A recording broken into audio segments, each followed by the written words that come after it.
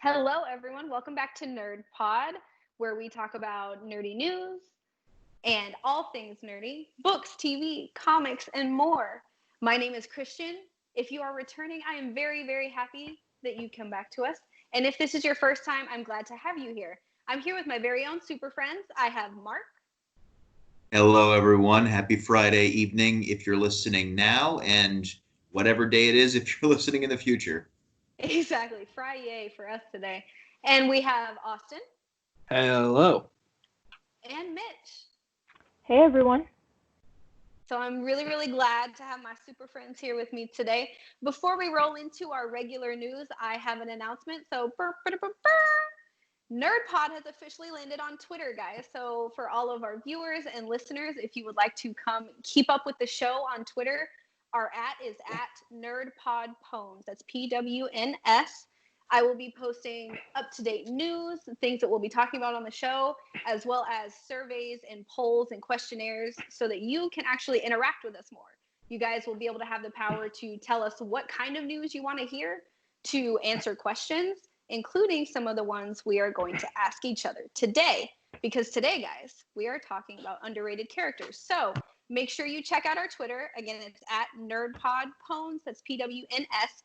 After the pod, after you listen to this, to check out and see if you can answer what your underrated characters are. So with that, we're going to go ahead and get into the news. We have some exciting stuff. We've had breaking news that just happened today, some talk about shows on Disney Plus. We had WandaVision that was postponed, but is still supposed to be coming out this year. People weren't sure if it was going to be this year, if they were pushing it back to next year, how that was going to work. We've had news that Hawkeye is going to be coming out on Disney Plus also, and that Falcon and the Winter Soldier, don't know why that blanked on me real quick, is still going to be coming out as it was scheduled. So I know for me, at least, I was relieved to hear that, because once they pushed WandaVision back, I thought for sure we were going to be seeing everything pushed back. It was going to be like mid-2021 before we got to see anything. So how do you guys feel? Do you think we're going to see any more changes in the schedule of these? Mark, what do you think? I'm sure we're going to see plenty of changes in the schedule. I mean, I think right now people are really just playing things by ear. They're trying their best to, try and push back the date. Like, okay, best case scenario, we push it back to this date. At this point, nobody knows, because obviously the places where these series are filming, more often than not, is going to be California, and California is deeply impacted by COVID-19 right now. So a lot of these series still haven't completed production, so they can't release. Really, with the exception of Mandalorian Season 2, a lot of these Disney Plus series, they just haven't finished production, so they can't come out yet. So, from what I saw, Falcon and the Winter Soldier was supposed to come out in August, so next month, and now it's not. WandaVision potentially like early spring of 2021. So I must have seen an out-of-date article then. As of today, it looks like it was pushed back a little bit. They made some alterations to their schedule. So, I think they want to try and get this out as soon as they can, but they're just not in a position where they can finish production yet on some of these. So it's rough. But by the same token, 2020 sucks. Like this year is canceled. And pretty much everything that we wanted to see is going to come out in 2021. We're going to have like a treasure trove of content coming out in 2021. So, like, silver lining, I'm a positive person. I like to see the bright of everything. So, it sucks that we're probably not going to get anything other than we're going to see Black Widow in November. Hopefully, knock on wood.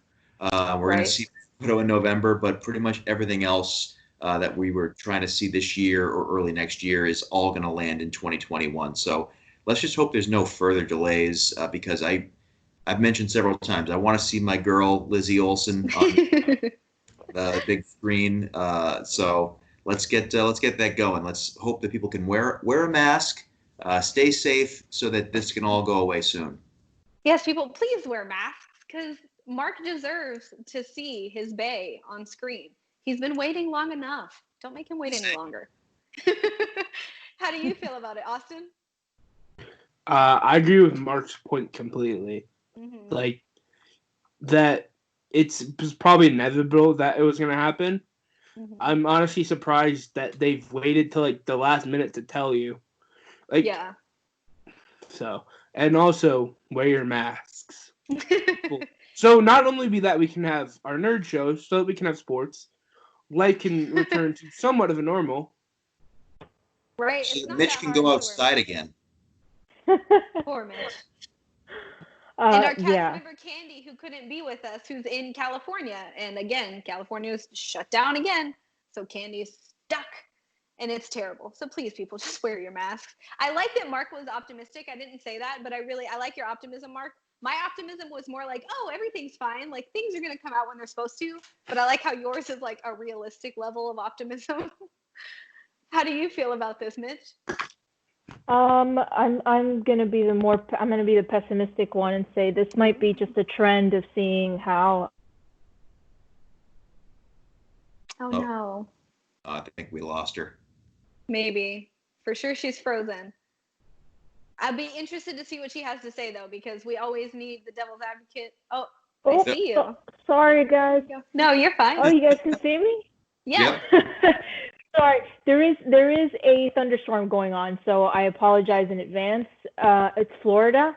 What can go wrong will go wrong here. And as I say that, a twister will probably come about. But yes. We'll knock on wood again. But yeah, as I was saying, I do really think that things are just really bad, and like kind of building on Mark's point, there's also a lot of filming that's done in Georgia. And Georgia is also one of those states that's also seeing kind of a surge in cases. And, you know, I don't want to get too political, but it looks like over there's also that same thing that's going on here in Florida, where there's just this resistance to wearing masks. Mm-hmm. So I feel like we're kind of in for a long ride, not just in terms of the pandemic, but in terms of waiting for the content we're all really excited to see. But I will hope that Mark can see his bae. Yes. I know how much she means to you, Mark, and low key, I think she is bae as well. So you know, just keeping the hope alive. Right? And I love that because that's what we need right now. And true to say also, I mean, maybe 2021 is just going to be the year of releases, and we're all going to have so much content to watch, we're not even going to know what to do with ourselves, which I'll take it.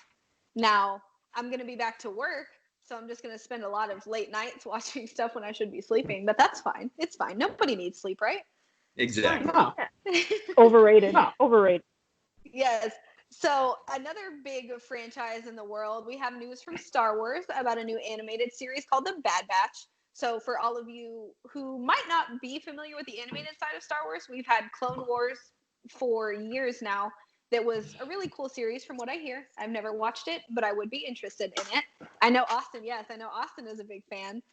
And so, Austin, since you're kind of the resident expert on this, I've never seen it. I know that the Bad Batch has appeared before in Star Wars stuff. For anyone who doesn't know, they are 4 clones who have actually 5. mutated beyond. Is it 5? So they added. Well, it's Echo. 5. Yeah, they added Echo. So Okay. It's 4 that have heightened abilities. Then Echo joined them in Clone Wars season 7 after they found him. So there's like Crosshair, so he's a sniper. There's there's like a Rambo. I don't remember their names really. There's like a Brute one, so he's like has like super strength. He's Hulk. There's a tech guy, and then there's a Rambo. Yes, I know his name's Hunter. He's kind of like the leader person. Yeah, he's like a lieutenant or something in the Grand Army of the Republic. See, and when we get into like Star Wars is already something that I'm interested in, but when you start getting into like superpowers and that kind of stuff, or even just superhuman abilities, it just intrigues me that much more. So again, our resident expert on Clone Wars, Austin, do you think that the Bad Batch will be big like the Clone Wars, or do you think the Star Wars franchise is just kind of trying to continue with their material? I think it's both, because it's obviously going to be a big thing because they were they were originally introduced back. So a bunch of the Storyville episodes had gotten released over the internet of like the unfinished Clone Wars seasons. So originally there was supposed to be more Clone Wars seasons. Then obviously Lucasfilms was purchased by Disney, and Disney had canceled it on the Cartoon Network. So we got the Lost season that was on to Netflix. So that was season 6, and then they like released a bunch of Bad Batch episodes onto like the internet, or it was originally on StarWars.com. Then Disney took it off StarWars.com. Then they got leaked onto YouTube. And so I remember watching those episodes years ago, and I remember saying, like I've seen these like episodes before, like of like specific Disney, like they changed it a little bit, but it was pretty much the same episode for season 7. Okay. Like some of them, and so they have like a bunch of material they can go off of, and the Bad Batch was fan favorites of season 7. So I feel like it can be really successful if they do it correctly. Yeah. It all depends on that. Which is always the challenge. So you don't feel like this is some kind of grab from them to continue on with the Clone Wars type content. You feel like this is authentic. The audience wanted to see something like this. This is valid for them to put out?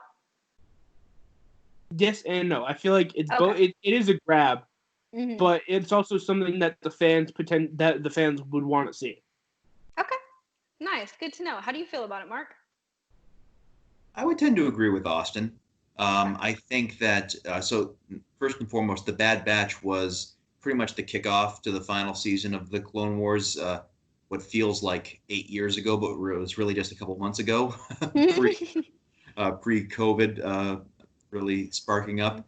But it was entertaining. It was a good start to the final season of Clone Wars, and that area is something that I think at least a lot of hardcore fans are very interested in. The more casual Star Wars fans maybe might not be as interested. They're like, oh, okay, it's just a bunch of clones. They all look alike. Who really cares? Just soldiers. For people who really watch the Clone Wars intently, which, to be honest, I didn't even do until quarantine started. I pretty much binged all of the Clone Wars during quarantine, and I really enjoyed it, so I do recommend it. But for people who watch that series closely, I think that they're definitely going to enjoy it. They're going to, it's a good storyline, and it gives you a lot of context between the events of the different movies. And we were talking about this last episode about DC potentially using series similar to what Marvel's doing to add context to their different characters and their different storylines in between their films. And this will do the same thing for Star Wars. I think that's what they need to get back to be perfectly honest.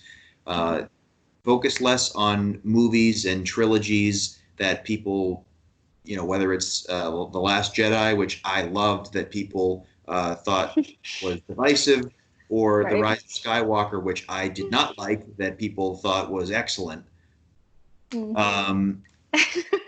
Focus more on your series right now. Build your universe outside of the Skywalker saga. No one needs to see more about Jedi and Sith. Like, just show us about the other parts of your universe. And the clone armies are definitely an interesting subject. So I think that I think this will be very well received, and I think they'll do a good job with it. The people who handle Star Wars TV, especially if Dave Filoni is involved, if Jon Favreau becomes involved, they're going to do a very good job with this series. I have the utmost faith in them. Good. I love that you made another recommendation. If you guys haven't heard, Mark's recommendations are stellar. So if he has faith in this, I think I'm going to put my faith in it too. I love how you talked about them expanding their universe because, again, last episode, I brought up Star Wars and the whole entire universe that George Lucas was able to build. So I agree with them expanding on it and stepping away from the focus on just Jedi and just the Skywalkers. I think it'll be great for them to expand their universe with this show, for sure. How about you, Mitch? Yeah, I mean, I basically agree with both Mark and Austin. I do think it's a nice way of expanding the universe, although I'm more partial to them expanding the universe outside of this timeline, and anything that really has to do with the beginning of Anakin's life to the end of like his children. So I wish a part of me really does wish that they would delve into like either the past or the future beyond the Skywalkers, like Mark said. But I do know that they're working on books and stuff for the High Republic, so I'm more excited about that. I like the books a lot more. I do admit that I have not watched the Clone Wars, but as you guys know, I haven't really been into any sort of cartoon / animes recently. I think the last one I saw was The Legend of Korra. So I'll probably give it a try because Mark is a solid B+ when he comes to. I'm just kidding, Mark. I'm just kidding. I'm just kidding. You're a 9.5 out of 10. Okay. 9.49. Solid. Though. That's mint. That's mint. Near mint in my stats. So yeah, I think this is great. I think that like Mark said, it's time we move beyond the Skywalkers. I think the fans are ready for it. We've had how many years of just the Skywalkers or stories revolving around them. So I'm all for it. And if this is successful, which I want it to be, that means we can move on to, like Mark said, expanding the universe into more content, other species, and maybe revisiting the Jedi and the Sith beyond Skywalkers and the Lord Sidious's nephews, grandchildren. Yeah. How many? I don't know. That guy got around apparently. I mean, who would have known? Spoiler alert for anybody who hasn't watched. Whatever. I don't care. Right. If you haven't watched it yet, go watch it. No, yes. And there are so many cool Jedi that we've never gotten a chance to see. Like, there are Jedi that have stopped whole planets, guys, and like lifted mountains and all kinds of crazy stuff. Yes. So if I agree, if it brings more cool stuff into the Star Wars universe, I am down for it. And like I said, I mean, I feel like the Clone Army had some credibility in just that they were such good soldiers. But the fact that they made them like superhuman has me personally even more intrigued. So I'll probably check that show out, or at least put it on my list of 500 other shows to watch. I'm going to put it out there. And Samuel L. Jackson, if you're listening, and I know you are, for sure, without a doubt. Come back. I would take a Mace Windu series, and I would enjoy that a lot. Give me his backstory. Yes. Give me all. Way more Mace Windu than we saw in the prequels. I'm in. Because I mean, could we call Mace Windu an underrated character? Maybe. No, fuck Mace. Fuck Mace. I was waiting for Austin to say something. You know what? Now I'm gonna need. I don't know enough about Mace Windu, but if you do, Mark, I'm gonna need you to make an argument for him as an underrated character. Yes. Okay. If you're making him an underrated character, I'm making Anakin an underrated character. No, they are not on the same level. This is going to be a fun episode, guys. No way. I'm excited. So another one that was actually really exciting to me, because I've seen Netflix recently put out a few originals that I thought were really good, is we're getting a Netflix original called Project Power. So the concept around it is there is a drug that is giving people 5 minutes of superpowers. There's obviously going to be a lot of innuendos and idiosyncrasies in that show where it's going to be, I'm sure, more complex than just that. They've already brought up that this drug can kill people, and yet people are still out there taking it. So since we don't know a ton about this show, I wanted to pose a fun question and ask you guys, A, what would you give up for 5 minutes of superpowers? And B, what superpower would you pick if you could pick one? So... big question. I've had a lot more time to think about it. How about you, Mitch? What do you think? What would you give up, and what power would you pick? What would I give up? Do I have to? Does it have to have like? Does it have to be like close to me? Like, could I give up my brother, or like my favorite Funko Pop? If your brother's listening, Mitch loves you. It has to be permanent. It has to be something that you have to give up permanently. I would give up my Jesus. It's you're asking for quite a lot. No, it is. I mean, they talk about people dying possibly from taking this pill. So that's true. I would give up my it has a lot of meaning to me. My first Funko Pop ever, which is Bane from The Dark Knight Rises. I would give up that. Okay. not That's a a life. big sacrifice. I'm not killing off anybody. Yeah.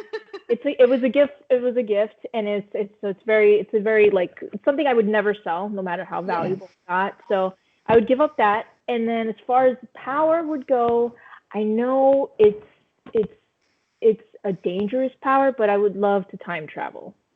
Yeah, that's a good one. If I happen to get stuck in the 90s, whatever.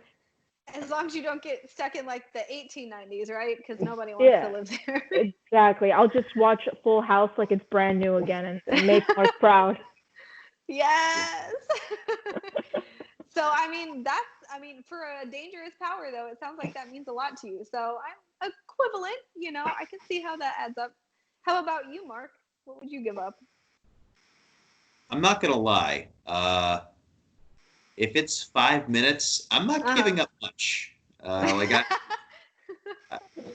even and for the record, my answer is going to be flight. My answer is always flight in this situation. Okay. I'd love to be able to just fly around at will. I think that's better than like super strength, invisibility, like just being able to I'm going to take off and fly around. So that is my answer. Okay. But given that I can only do this for 5 minutes and then I can theoretically never do it again, I'm really not going to give up much. Like, I think it would be an incredible experience, but I don't know, like maybe like my next paycheck, like maybe some cash. Like I'd survive, but I don't think I'd give up any. I wouldn't give up a family member, Mitch. Like I said, I don't think I'd give up anything. I'll tell him to skip this part of the podcast. Right, exactly. Just from this time to this time, just don't listen. Sorry, Kenny. My bad. Yeah, I really didn't mean that I would give up anything like too personal because I mean at the end of the day it's still 5 minutes. So I'd give up some cash, but in the event that I did that, I'd love to be able to just fly around anywhere and just like that'd be pretty awesome. Yeah. So for flight, do you think Superman flight or like Hawkman flight? Wings or some sort of weird propulsion? Oh yeah, no, I don't want wings. Even if it's just gonna be for 5 minutes, I don't want to like look like a freak with like wings back. Like, just let me just like lift my arms like Superman and just fly off. Nice. So some cash, Mark. If it was $5,000, would you give $5,000 to fly for 5 minutes? No, not. Oh, listen, come on! I don't make that much money. Oh. Okay, that's fair. How about you, Austin? I'd probably, you see, what I do is I kind of agree with Mark and give up my next paycheck, and then what I would do is use super speed and then go rob banks. And then go rob some banks. Austin's just classified himself as a villain. Got it. Yeah, he's a super villain. That's what he is. 5 minutes of super villain powers. And then I'd go get my check that I just lost. Like, I got the solution, guys. If I just keep getting money with my superpowers, everything's solved. Exactly. You so think would you 5 minutes? Right. What? And how many big banks do you know? I wonder which bank you would rob, Austin. You see, would you go big or would you just take all the small banks? I'd run and go to the Federal Reserve. You'd have to run real fast to get there in 5 minutes. You might be better off flying like Mark. Mm-hmm. So, I like that though. Super speed and flight are actually two of like my favorite superpowers. So for me, my power would also be flight, actually, but I want wings. I want to be flying on wings in the sky. It's like a fantasy of mine. Like, it would just be the most amazing thing to be able to fly like a bird, basically. I don't know. It was hard to think of what I would give up. At first, I was like, I went like really big, and I was like, I'd like give up my car. And then I was like, maybe not. It is only 5 minutes, kind of like Mark said. But I would definitely pay like a good chunk of change. I'm not just talking like a first paycheck. Like, if I could fly on wings like a bird, fly like an eagle, fly away, I would give up a good chunk of change to do that. But I mean, we're talking like permanently, then I agree with you. But if it's only 5 minutes, like I'm not gonna put myself out. Yeah, that's true. I don't know. I think it's just that I want it so bad. Can't even tell you guys how bad I would love to be able to just fly. It would be amazing. So, I mean, I would pay some. If it was permanent, that we could start talking about way more, though. Maybe that's something for a future podcast. We could talk about what kind of superheroes we would be, or supervillains. If Austin wants to go be a supervillain, he can live his life. I'd also do teleportation, perhaps. Teleportation is a good one. I like Mitch's time travel. Because then I just teleport into a bank. That's true. But isn't it one of the rules that you have to be able to see into the thing that you're teleporting to? Yeah, that's a. I went all Nightcrawler on you, didn't I? Yeah. Yeah, but haven't people No, it's in Jumper where they circumvent that by having pictures. So if you can get a picture of the place you're going, you can jump there. That was a good movie, by the way, guys. If nobody's ever seen it. It's called Jumper. It's really good.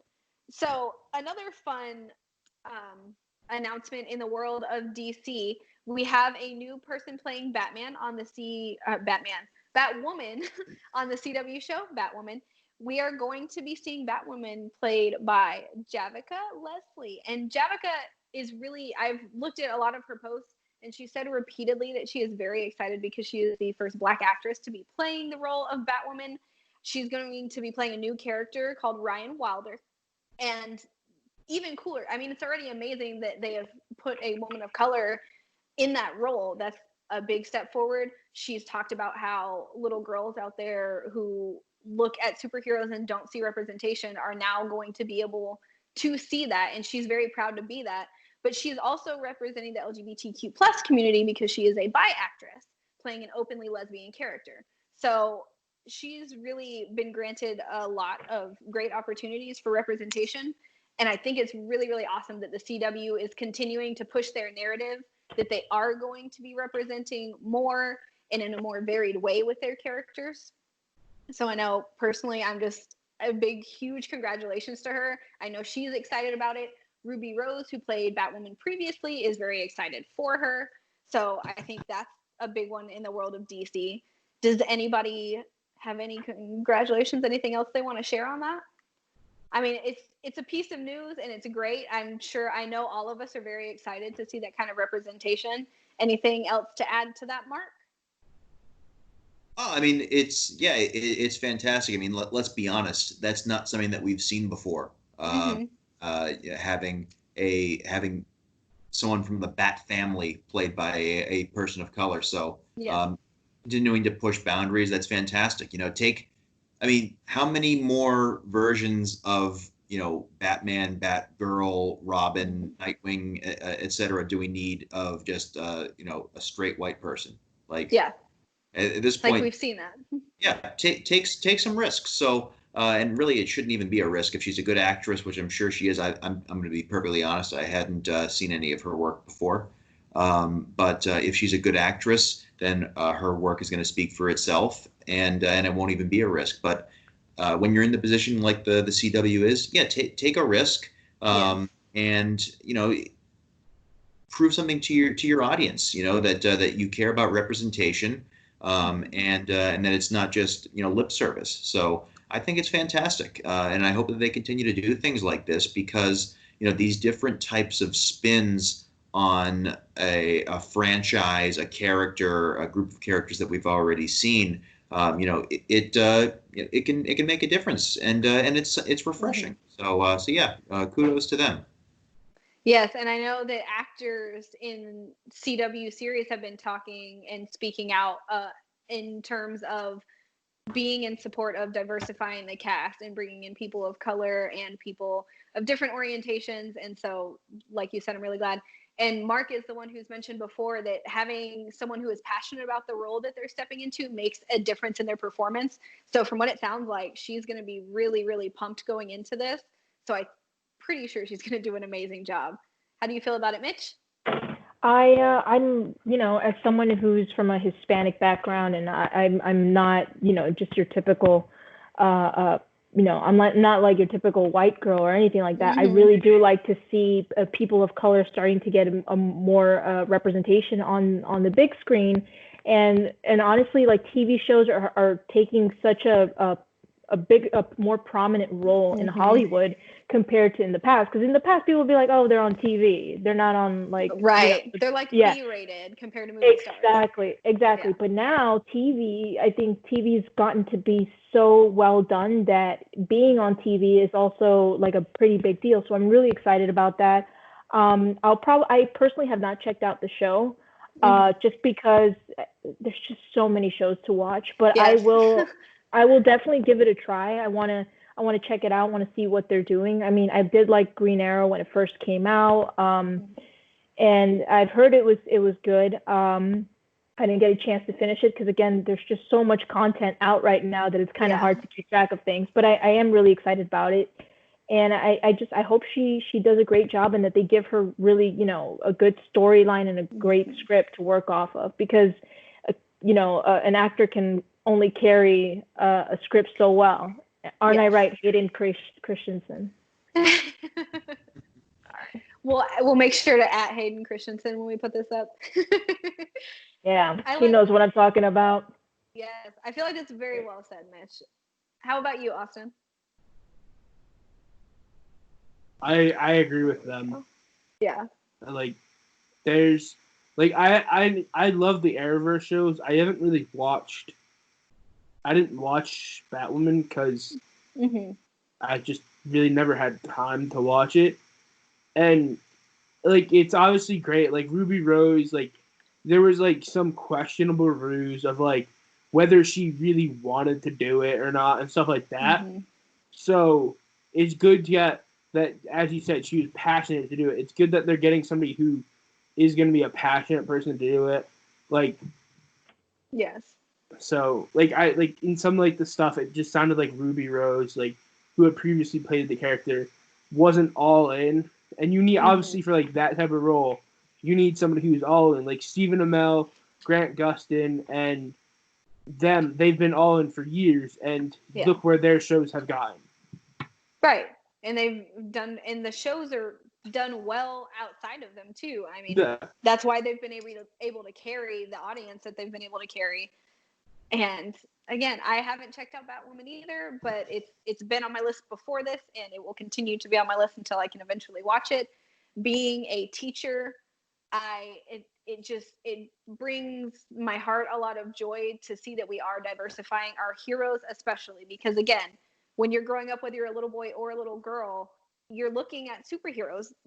Even if kids aren't super into superheroes, their friends are, or it's out for people's birthday parties. And so I think it's amazing to start diversifying it so that kids, as they grow up, get to see themselves reflected in all facets of the media that they're consuming. So I'm really, really excited about that. I would say that diversifying has been treated as an underrated subject, and it's becoming much more prominent. So with that, nice little segue that I just threw in there, that was ultra smooth. We are going to get into our main topic, guys. Our news ran on for a long time, but it was good news to talk about. So we are going to get into our underrated characters. I'm really excited about this because I feel like it's a fun topic to talk about. Before we jump in case there's anyone watching or listening who doesn't know what an underrated character is, you're not sure what that phrase means, I'm going to talk about it briefly, and then I'll ask my cast if they have anything to add to it to expand on that definition. So I would say an underrated character is someone who hasn't gotten the recognition that they deserve, either within their show from perhaps other characters that they're interacting with, or from the audience and fans of whatever they are in. So the effects of it can be brought about by a lot of different things. They might just not get their moment to shine. They might look, maybe less compared to some other characters in different ways, but ultimately it results in them being taken a little less seriously or being loved on a little bit less than other characters. Like I said, that's my definition, just my personal definition. So I want to open it up to everybody and see if anybody has anything to add. Austin, you have anything to add for underrated characters? No, I think you covered it pretty much all. Okay. I know Mark was talking to us earlier, and I thought he had a little bit to throw in there. What do you think, Mark? Anything to add? Yeah, I mean, I feel like the definition of an underrated, thing, or in this case, character, is just, someone who's bringing more to the table than most see. Someone who has a distinct amount of value that either goes underappreciated or just unnoticed. Someone who can really tie different parts of the story together, but not be a main character. So I think that the underrated characters can often be the characters who are carrying a film. They give you a lot of talking points after it's done. Sometimes comedic relief, sometimes they're just in a supporting role, or sometimes they maybe they even steal the show and you don't even realize it until afterwards. So I think that underrated characters oftentimes make the art that they're in, and that's why we're talking about them. Yes, I love that. That was all. I wish that I had the thought to write all that down and just taking credit for myself. I'm joking. That was very, very well stated. I like how you brought up that sometimes they make what they're in, because that's very true. I feel like that with some of the characters that I know I'm personally going to be talking about. What do you think, Mitch? Anything to add? No, I think you and Mark said it best. It's just it's a character that should deserve more appreciation than they got, and you guys said it best. I'm so excited to talk about this, guys. I feel like underrated characters is one of those things where they can have even more of a cult following, I would say, than even the big main characters. So I'm just really excited to dive in. I did enjoy getting a little teachery with you guys last time and making up an order before we started. Now, last time we did it based on height. This time, before we started, I asked my cast to go ahead and count the letters in their first and last names and combine those together to give us a number. I will go first, and then I'll round robin to get everybody else's. I have 13 letters in my first and last name. How many do you have, Mitch? 14. 14. Oh, beat me by one. How about you, Mark? I have 11. Okay, and Austin? 13. 13? Oh, we're tied. Austin, you want to rock, paper, scissors? No, I'm joking. You can you can go before me. So we will go, last time we went tallest to shortest, so this time we will go shortest to longest. So it'll be Mark, Austin, me, and then Mitch will go last. So let's get into it, guys. We're going to start off with categories. We're starting off with movies this time. So Mark, who is your first underrated characters for movies? So being Nerd Pod and talking about a lot of superhero movies, I am gonna take the easy route initially and go MCU. Nice. And one of my most underrated MCU characters, and I'm not gonna say the one that you had, Christian, even though he is one of them for me, but I'm gonna go Heimdall. I think that Heimdall is an incredible character that gets very little shine. Number one, if people weren't paying as much attention in the dialogue during Infinity War, Thor basically says that Heimdall's his best friend. Like Rocket goes, you still got a dad, a mom, a best friend, and Thor goes stabbed through the heart. An hour before that, in movie time, he had watched Heimdall get stabbed through the heart by Thanos. So Heimdall was even though he had the Warriors 3 and Lady Sif, Heimdall was what he considered his best friend, and he was someone who not only had incredible foresight, he could see between different worlds and dimensions. He was the gatekeeper to Asgard. As we saw in Ragnarok, he could actually kick ass too. We didn't really see much, similar to the tone of the first two Thor movies, where they were somewhat underwhelming. Heimdall's role in the first two Thor movies were somewhat underwhelming, and in Ragnarok, he becomes a total badass. He's helping all the Asgardians go underground to protect them from Hela, and slaying Hela's guards, where they stand. He's a very powerful, very very wise character. He's got a lot of wisdom. He advises Thor a lot of the time too. He even appears to him in his dream and basically teaches him about the Infinity Stones in Age of Ultron. So I think that he's someone who the MCU doesn't get to where it goes without people like Heimdall. So yeah, he was the first person I thought of when I thought of MCU underrated characters. Oh, see, and I wanted, my hope for this was that this is going to be a big debate, and I'm sure it'll get to a debate place. But I love Heimdall. I don't know why I didn't think of him. He's one of my favorite characters. When he runs down the Rainbow Bridge and jumps onto the flying ship, like, oh, love Heimdall. Absolutely love him. Does anybody have any problems with Heimdall? Does anybody disagree with Mark? Or do we all agree that Heimdall is an underrated character? And I agree. It was tragic that he died. That was one of the saddest moments. Yeah, kind of hard to disagree there, especially when they got a really great actor to play him, yes. Idris Elba. So that's a great pick, Mark. Look at you. Yes. 9.5 out of 10. Exactly. Yes. Mint or near mint, right? I like that was a good strong start. How about you, Austin? Movies, underrated. For me, for like an MCU character, it would. It doesn't have to be MCU. But I'm gonna go with Falcon. Okay. So with like Falcon, he's obviously like known as like he's obviously Captain America's sidekick in like the comics and stuff like that. But he's so much more than that. He's the person who is literally taking over for Steve between him and Bucky after he retired, and like he's like such a big character in the comics as well because he's like a former U.S. soldier, just like Cap and stuff like that. And like obviously Anthony Mackie did a fantastic job of portraying him in the MCU, and I can't wait to see him in Falcon and the Winter Soldier. So that's my pick. Yeah, I wouldn't have thought of him as underrated, but now that you say that, it's very obvious. Like, he's the guy, he's always Cap's right-hand man.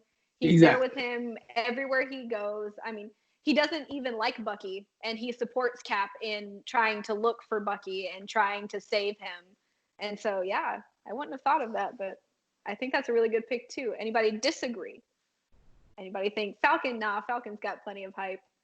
Well, as of right now, he's definitely still underrated, and I think he's going to be very properly valued once we finally get to see Falcon and the Winter Soldier. I agree with that. I agree with that. Yeah, and to watch him grow into the Captain America role is going to be an awesome adventure to go on. How about you, Mitch? Do you agree, disagree?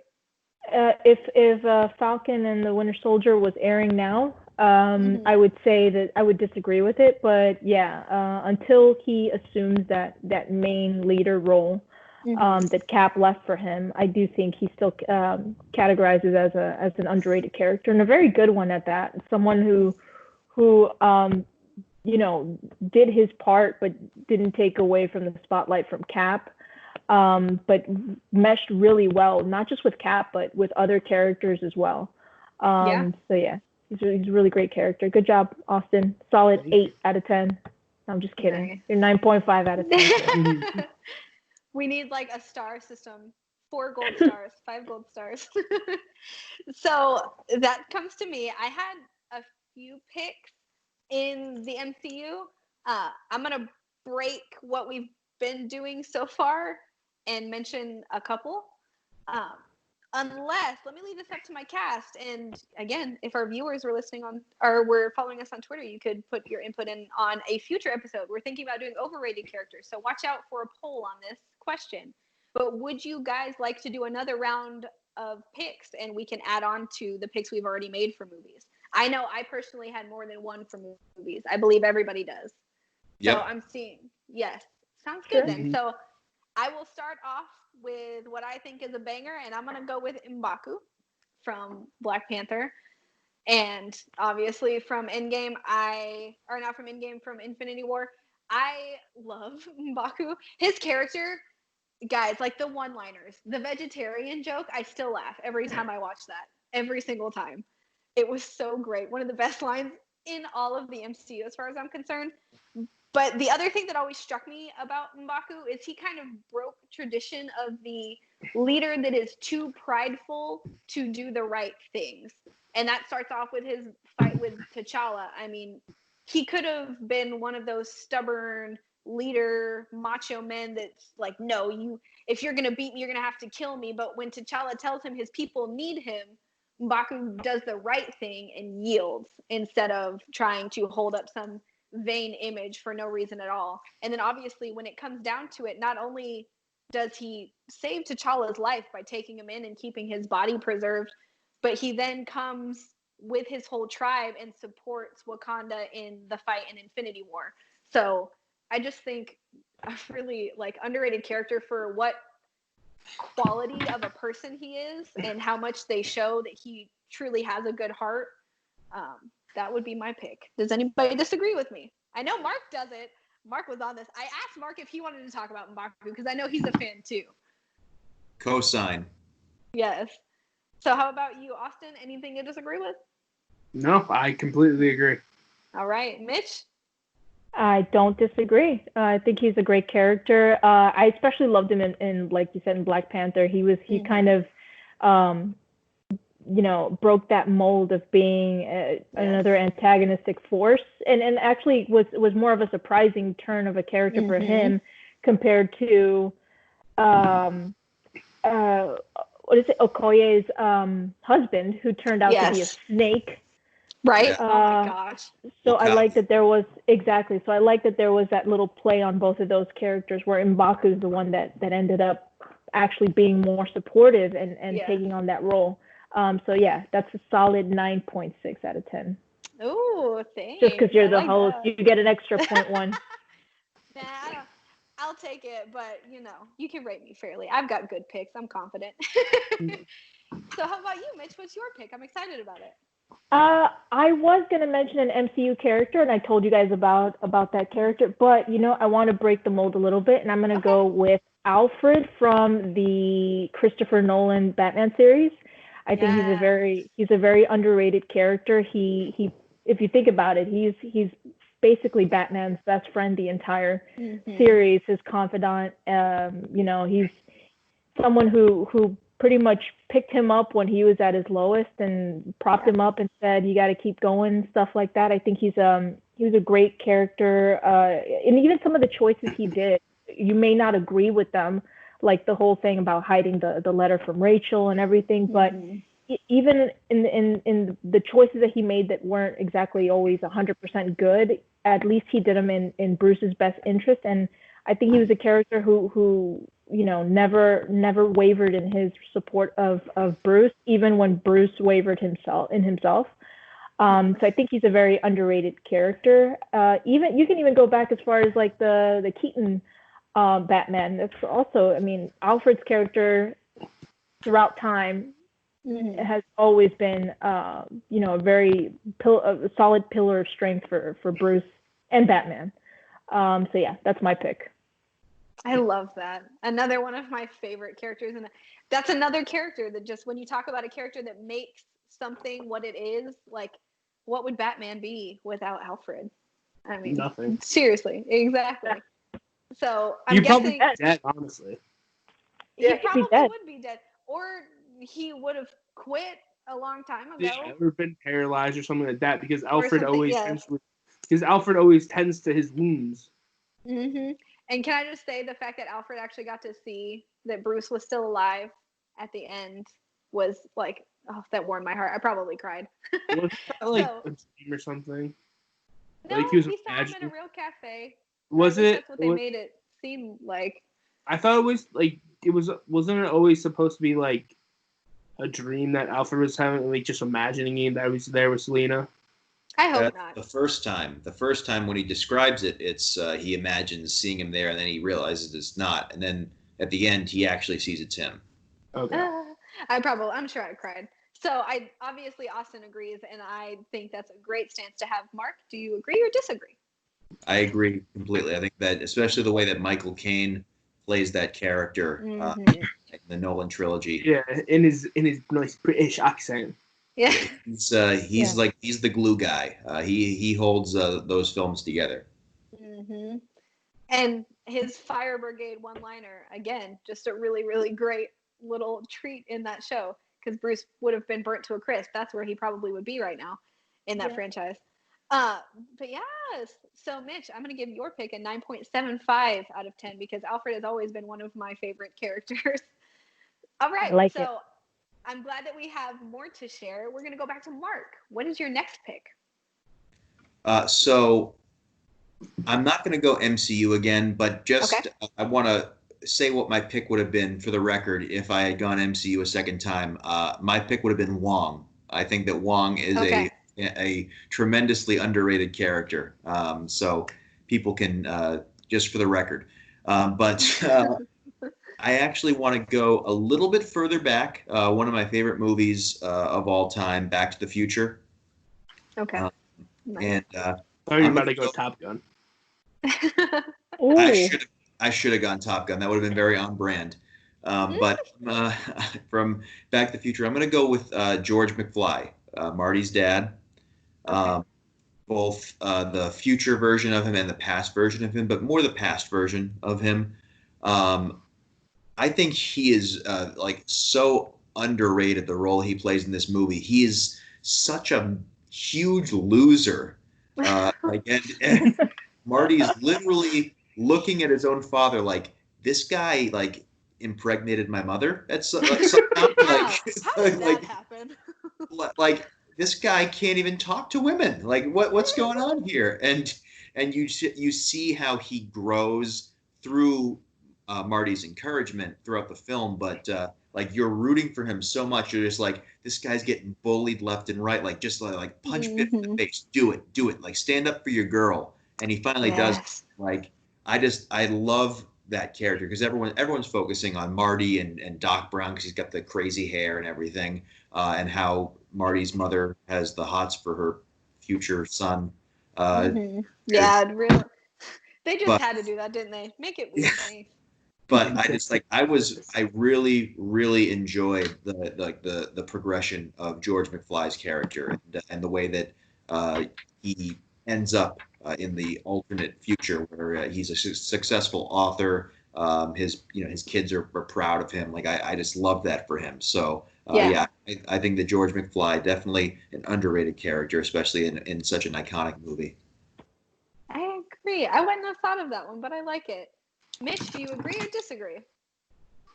No, I agree. I think for a supporting character, he had a really great character development in the films, and the fact that you get to see him kind of grow from, like what Mark said, this loser who can't speak to the opposite sex at all.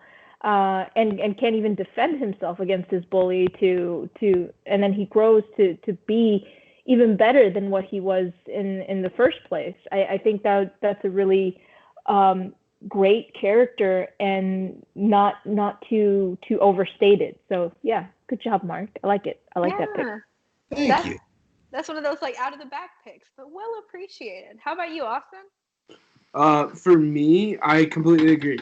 I feel like he's like, I haven't watched the Back to the Future in a couple of years, but like I would completely agree. Like he's that nerdy person who you wouldn't expect to get the girl, but he gets the girl. Yeah. And has the kid that his mother has a crush on.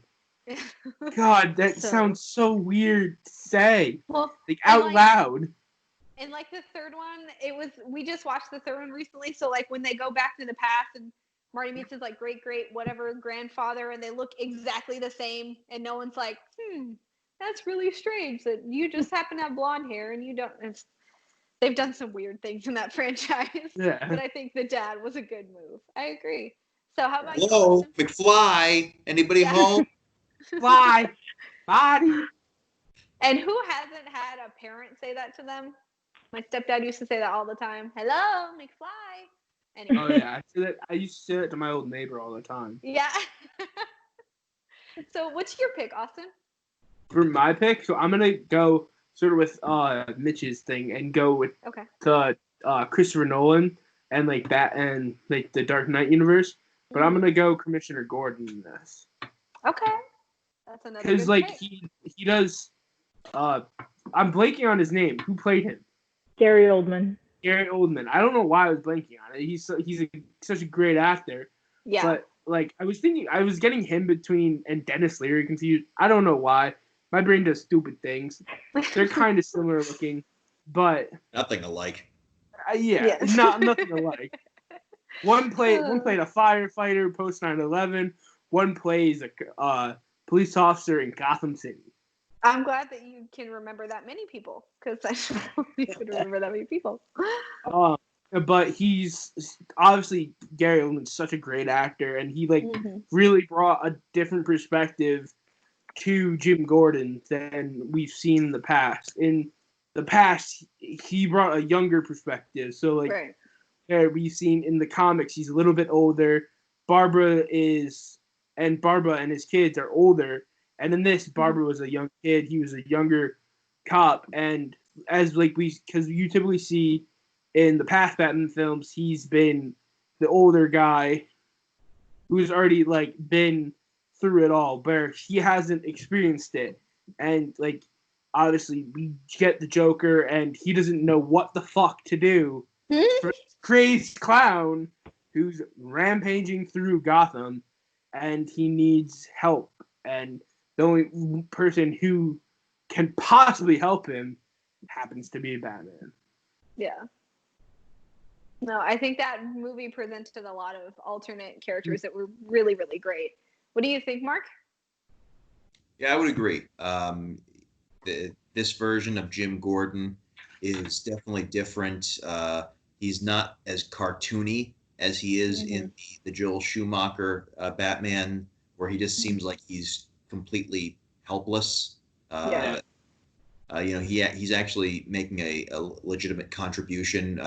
I like that he's first introduced as just a regular cop who, in a city of dirty cops, he's like the one who's not on the take, and Bruce Wayne takes notice of that, and then the relationship just kind of develops from there. So I think that the way that he starts off and then gets to the point where he is, but he also has some development. Like he basically agrees, like, hey, we're gonna pretend that Harvey Dent didn't do all these awful things because I need to put away these criminals. Like, he shows that he also has a little bit of a dirty side after all. I'm gonna lie in order to get what I need. Like, it's in the greater good, but it's still dishonest. So for someone who plays a pretty prominent role, I do think he's a little underrated. Yeah, I would agree. Yeah. And I mean, it's one of those things where the Joker talks about corrupting people, not saying that he was corrupted by it, but to be someone who was very truthful, to someone who's willing to cover things up even for the greater good. I mean, maybe we could say that the Joker succeeded a little bit with Gordon in corrupting him some. What do you think, Mitch? Yeah, I agree, and I think Gary Oldman did an amazing job showing his growth as a character. Like Mark said, that we don't just see him right off the bat as Commissioner Gordon. We see him go through the changes as he, kind of realizes that he is the only one of the few good cops left and behind and all that stuff. My only point of contention though is he's so good at the role that I forgive him and his awful accent. I don't know if you guys remember, but the scene in The Dark Knight where Harvey is on the roof. Yep. And he's pissed about the whole bank thing, and he comes in, he's like, they knew we were coming. Yes. I always people in your office stand. I'm like, oh my god, he's not I was like, serious Black, can you seriously not do this right now? It's just right. But he does such a good job that you can forgive when the little Brit in him comes out. Those little slips, and he's I do what I can, with what I have. The producers were like, did that sound American enough? Yeah. Okay. We'll just. It's fine. Yeah, we'll go with hard R next time, buddy. I do what I can with what I have, and all that stuff. But otherwise, yeah, he's a great character, and I agree with that one, Austin. That's a good one. Yeah, it is. So I have more MCU people, but thought of one person that I just have to mention. So like Mark did, I'm going to briefly mention my MCU people. I have Pepper Potts and Shuri from Black Panther. I'm going to mention them together because I feel like it's a case of just female characters who just aren't given the accolade that they deserve. And I'm sure there are people out there who would argue with me that it's not about them being female and it doesn't matter. But as a woman, I see too often that female characters are kind of put to the side just for no reason. I mean, Pepper Potts ran Stark Industries for years while Tony was off being Iron Man. And I mean, yes, we get to see her doing that, but she's not in the movies as much because she is running a huge corporation, and that is a big responsibility for her. And she runs it flawlessly. Do we ever see her coming to Tony and asking for help and asking him to help her manage things? No, she manages that by herself.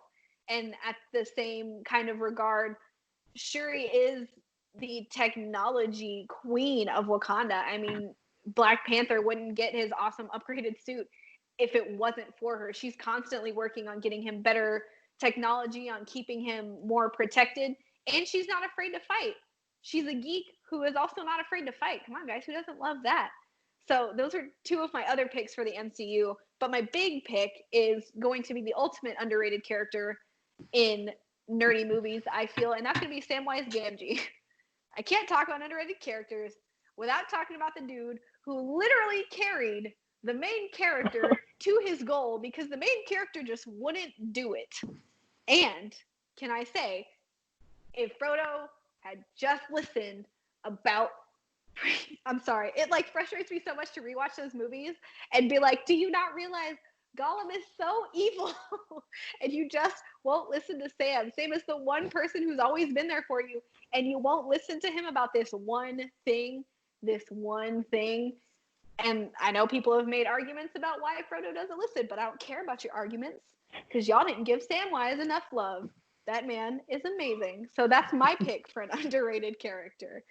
Anybody agree, disagree? Mitch, agree, disagree with me? I definitely do not disagree with you there. I think, like you said, he literally carried Frodo and his burden, that ring. I mean, yeah, right? Yeah. And Frodo, please, isn't it bros before hoes? Like, what the hell? Like, yes. I don't care if you feel sorry for Gollum. I don't care. Oh, exactly. So Sam had been there from the start. And also, I mean, Sam is also a hobbit. It's not like all of these feats were just easy for a person like him who's not an elf. He's not a regular sized man. He's not like Gandalf or whoever. Or I mean, he's also, you know, this is something that's also beyond his size, his scope, his knowledge of anything, because he's also just as flying blind out there as Frodo, because they hadn't left the Shire. So the fact that he was able to not only adjust to the change in the situation, but also help carry his friend's burden, I think that was a great choice. Thank you. I got a little passionate about that one. What do you think, Mark? I agree completely. There's really no need to expand on it too much further. I think that you guys hit the nail on the head. I think that he's an incredibly underrated character, and it kind of serves more to the point that we were trying to make earlier, where the character who's not getting all the shine is actually the one kind of bringing the story to its forefront and really, you know, moving the plot along. So I would absolutely agree. Yes. How about you, Austin? I completely agree. And just like Mark said, Mark and Mitch both harped on the points of it, and there's nothing really to expand on. He's one of those characters, those side characters that don't when you first watch it, you don't think much of, but then as you continue to watch it, you think more and more of him. Exactly. And I mean, you have the other hobbits who get their moment to shine on the battlefield, and they get to do other amazing things, save lives and that kind of stuff. So I feel like that contributes to Samwise kind of looking maybe a little bit less in perspective of other things until you start to think about the fact that the ring never would have made it there without him, period. Frodo wouldn't have made it there without Samwise. So yes, that's my pick, and I'm glad you guys agree with me. I think he's a wonderful character. Now, what's your pick, Mitch? I told you guys about this pick, so this is my MCU pick. It's Nebula. Yes. I like that she went from being this really this bad character. She was not bad as in like badly written, like she was a villain. Mm-hmm. And she was kind of like cast away and wasn't really given much attention to besides, the regular villain tropes or whatever. Mm-hmm. And then she really grew not just to be someone that you can sympathize with, but someone that you end up liking, because she ends up showing that she's more human than her physical attributes would let on. She's more than just part machine and all that stuff. And what I liked about her growth as a character was that by the end of it all, she was right in the thick of things. She was, her past self, her future self, they were propelling the story forward and really affecting how things were going in terms of like with Thanos being able to tell that things were going to happen, and then he brings his army through the past, and it all happened through her character. So I think her character was very underrated. She really helped move the plot along, and she also not just wasn't used as a plot device, but also her character really just grew, and I really enjoyed seeing that relationship she had with her sister towards the end, because even though I sacrificed my brother early on, he and I have a really close relationship. Actually, we have a really close relationship. So I kind of like seeing that mirrored on the big screen, because it's a nice thing when you see like siblings get along. So yeah, that's my pick. And I love that. And Nebula, I agree completely, was a fantastic character. I didn't like her at first, obviously, and she wasn't supposed to be likable at first, which is fine. But I feel like sibling relationships in the MCU have been a big deal, and I'm glad they focused on hers. I love the way that they showed that ultimately all of her anger came from pain. That moment when she said, all I wanted was a sister, like that moment was that, I feel like the time when like the layers were peeled back and everybody kind of went, oh, okay. So that's where all that comes from. I think that's a wonderful pick. What about you, Austin? What do you think? I agree. Like, yeah, she's obviously, like, as you just alluded to, she drives her character or her like perspectives from pain. Mm-hmm. That because she was never the favorite child of Thanos. She was the outcast. He literally made her into a robot because she wasn't good enough. She couldn't beat Gamora, and like that obviously just crushes your like self-confidence and stuff. That just to constantly know you're not good enough. And I feel like she's an underrated character because she's someone like that, where she's so disrespected by her father that it just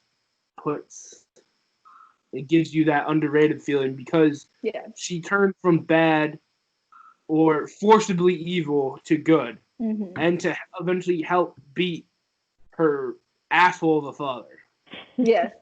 And to shoot her past self, that must be a weird experience for anybody.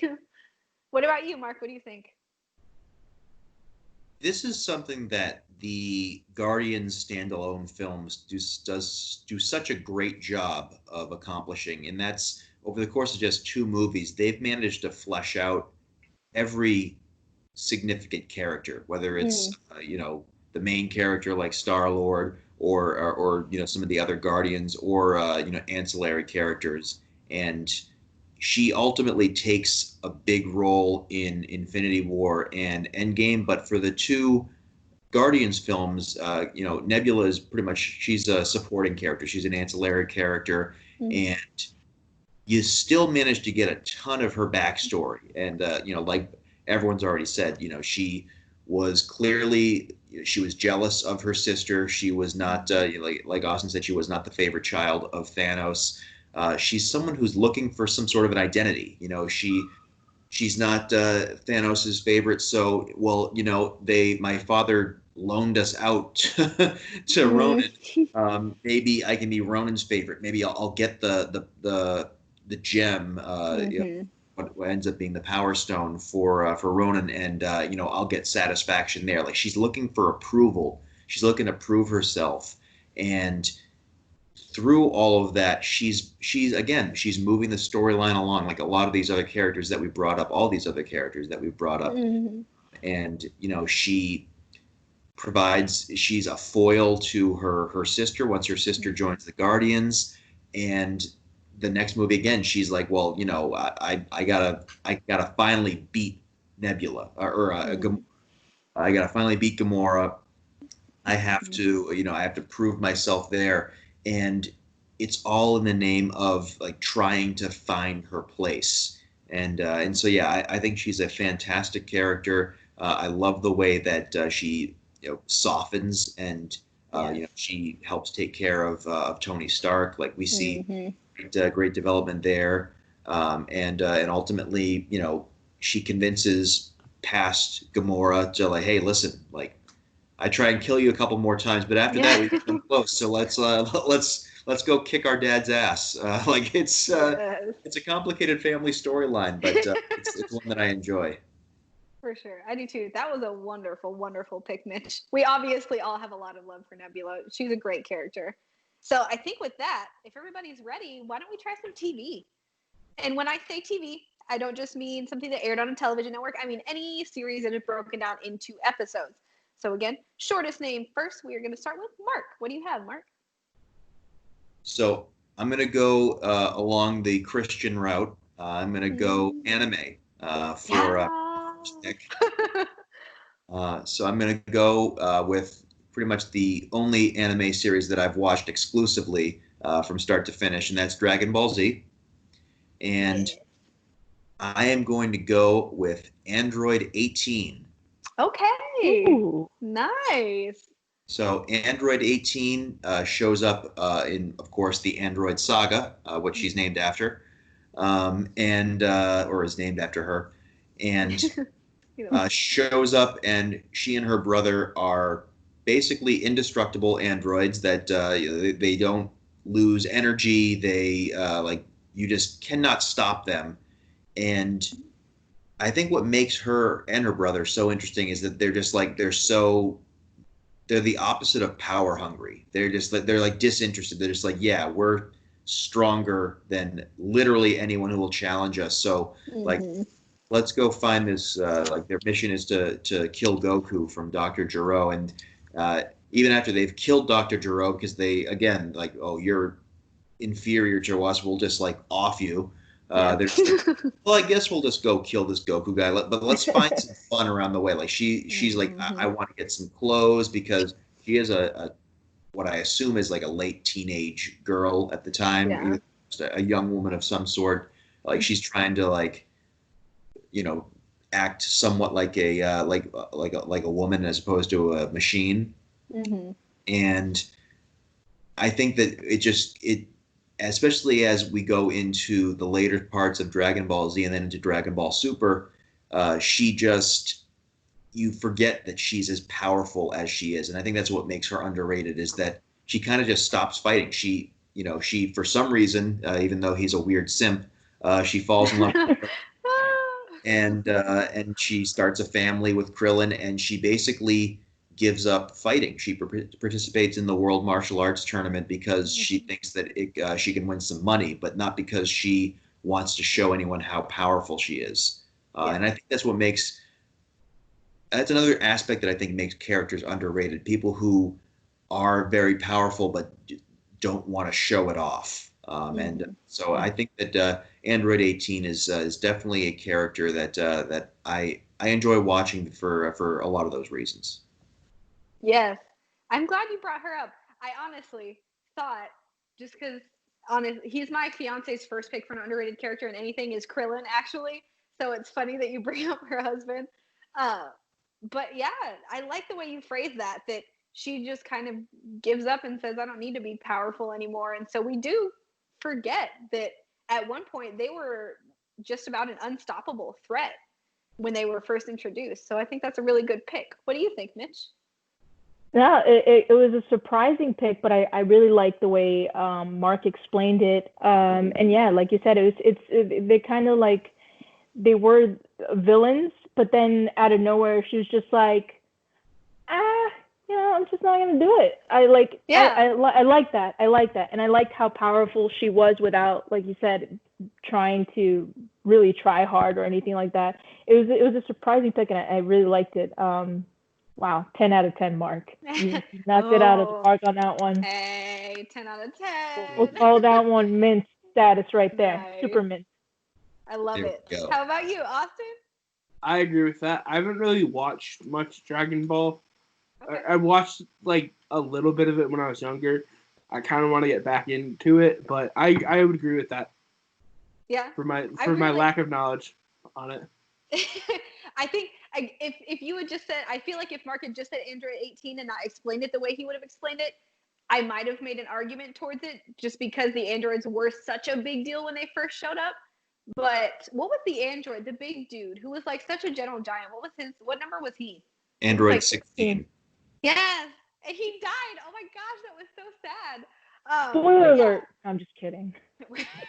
Spoiler alert from like 20 years ago. But yeah, Mark, I think the way that you explained it is what made it so, I just feel like the way you put it made it an acceptable and really, really great. Obviously, 10 out of 10 from Mitch. A great choice.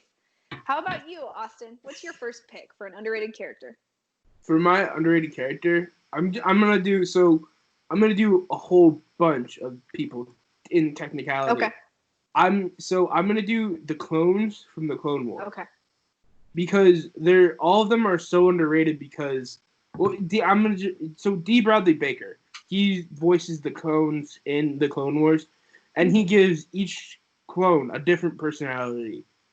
That there's some that are the comical ones, and then there's some that are the battle, like hardened ones who don't give a shit, and they're obviously in Clone Wars they're overshadowed by Obi-Wan, by the Jedi and stuff like that, just in general. So like I feel like they're overshadowed, so they don't get as much love as they should. And with going off of like with the Bad Batch, we're gonna see like those clones have a bunch of different personalities than regular clones, and we'll get to see that in the Bad Batch TV show.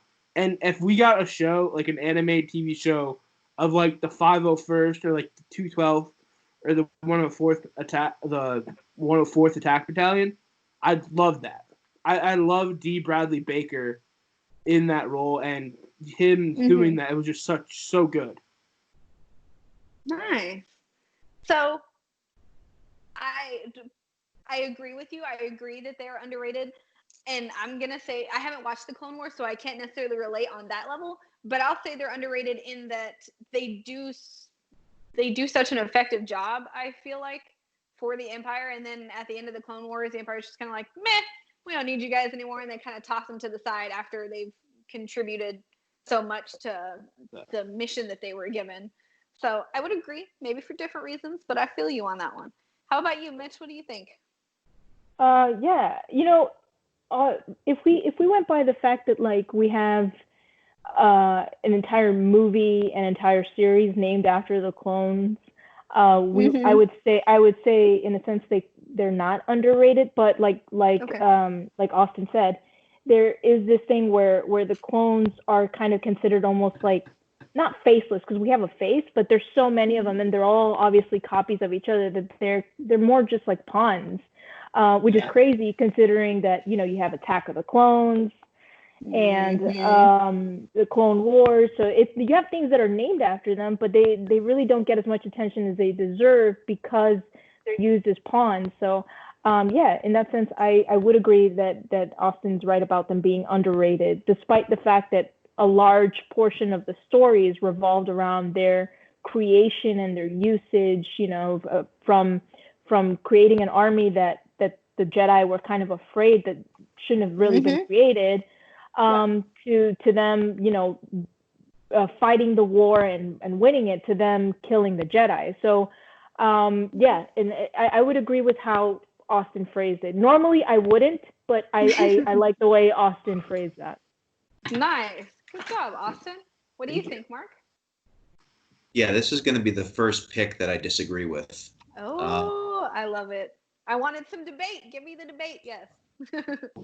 Yeah, I can't possibly see how they're underrated. I mean, not only is the show named after the clones, but I mean they control a majority of the storylines. Even though a huge part of the series has to do with the Jedi still with Anakin and his development, Obi-Wan, and pushing the teasing the pull to the dark side that Anakin will later display, introducing Ahsoka Tano.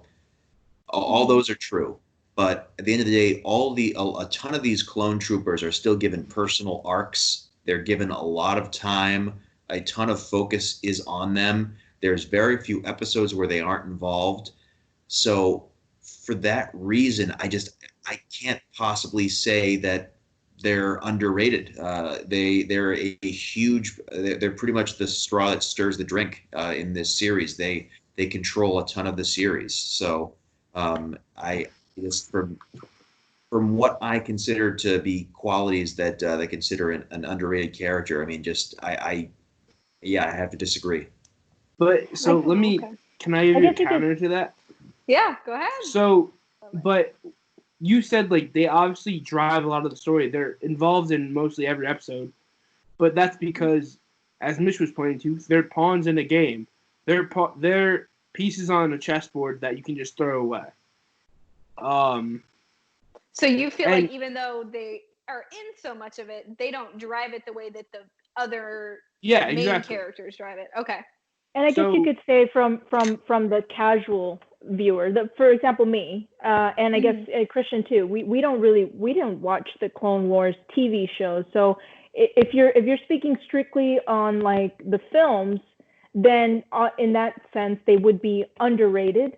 Like to me, I've heard of Captain Rex and all those stuff, but I don't know them. So for me, the clones would be considered an underrated character. So maybe or so maybe from the perspective of which you're viewing it would change that too. Okay. What else did you have, Austin? And just like the fact they're over. So as Mark alluded to, they're over of the characters of the Clone Wars. You have the heavy hitters. You have Anakin, who is who's literally the reason why we have Star Wars. He's the father of Luke and Leia, the original characters. Then we have Obi-Wan, his former master, and Luke's first master. And then we have Ahsoka. One of the reasons why Anakin fell to the dark side was losing her. And you have that overshadow all of the clones. And you saw like the Umbara arc where the clones had such development in there where it showed that they could carry something. Like so in the Umbara arc, they're on a planet called Umbara, and their general turns on them and stuff. So I'm not going to get much more into it, but like the 501st has to pretty much fend for themselves and disobey orders, and they have trouble with that initially, but then they realize that it's for the better part of the mission to do that, and it shows that they're not just bred to follow orders, that they have humility and can be different than what their programming says about them. So that's why I'm mainly going with underrated. Obviously, as Mark alluded to, they're both overrated and underrated in the sense that their shows are literally named after them, but they also are an underrated part because they're overshadowed by such big characters.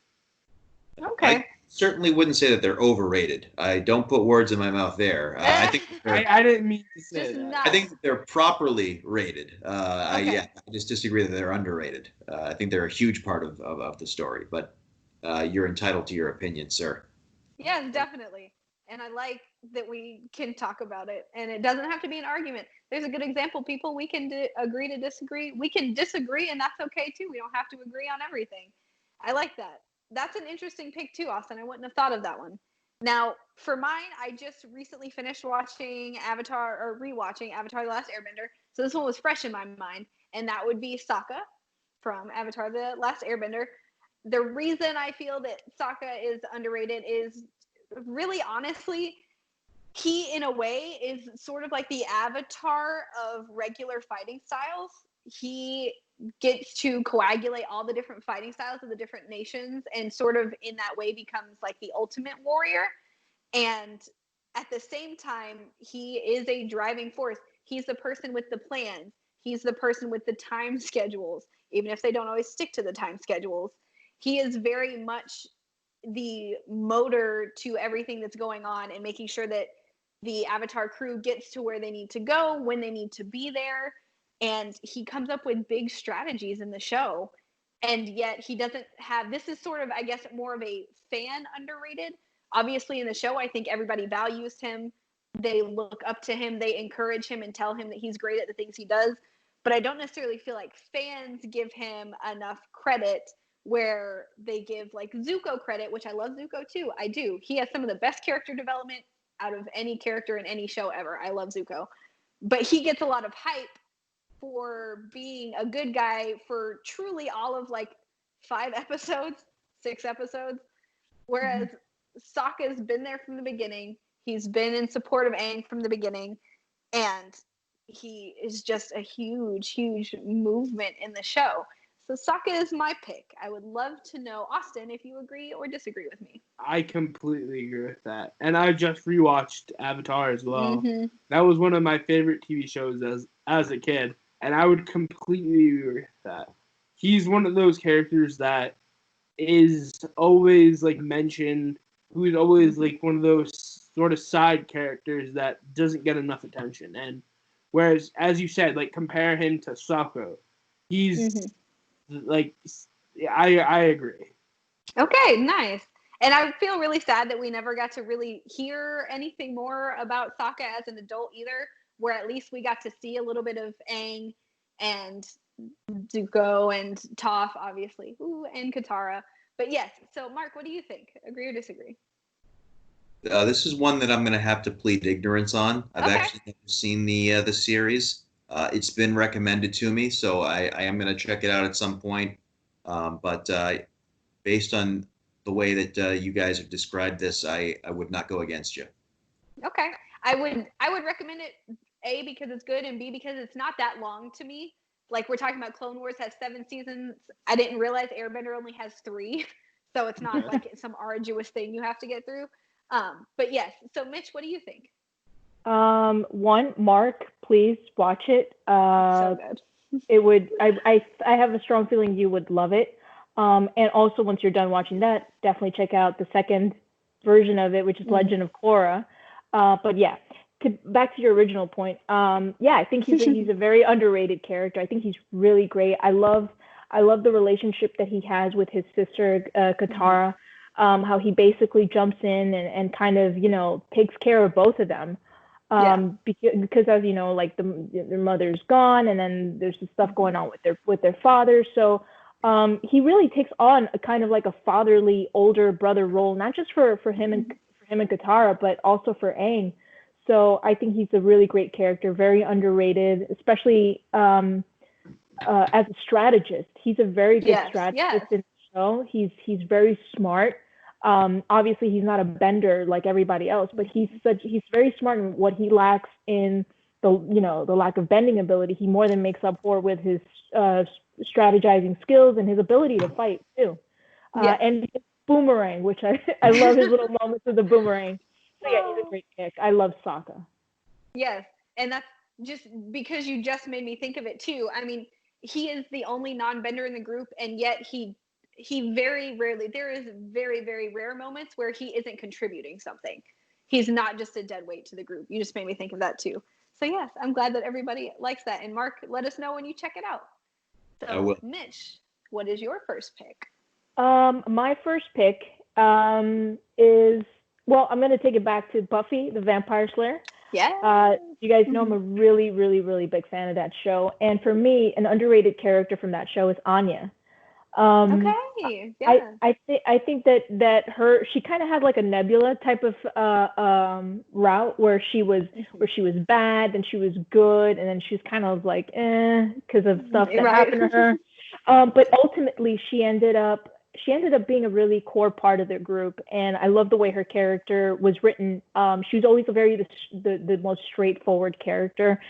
She would say things the way they are. That's the way they are, and she wouldn't really care about it. But that's what I liked most about her character, because her character was pretty much always honest, except for when she was a demon. But she was just a very honest. Yeah, for a long period of her life, but she was just a really I like the fact that her character was always very honest and brutally so, but she was just very well written. I like the way that her character changed as the seasons wore on, from just being obsessed with her relationship with Xander to really becoming an independent woman from that relationship, because a lot of her role kind of revolved around the relationship with the guy, and I've always contended that strong female characters can have the relationship aspect, but when they really shine is when they kind of separate themselves from just that relationship role and learn to stand on their own 2 feet, with or without their partner. So for me, I think her character was really great and very underrated in my opinion.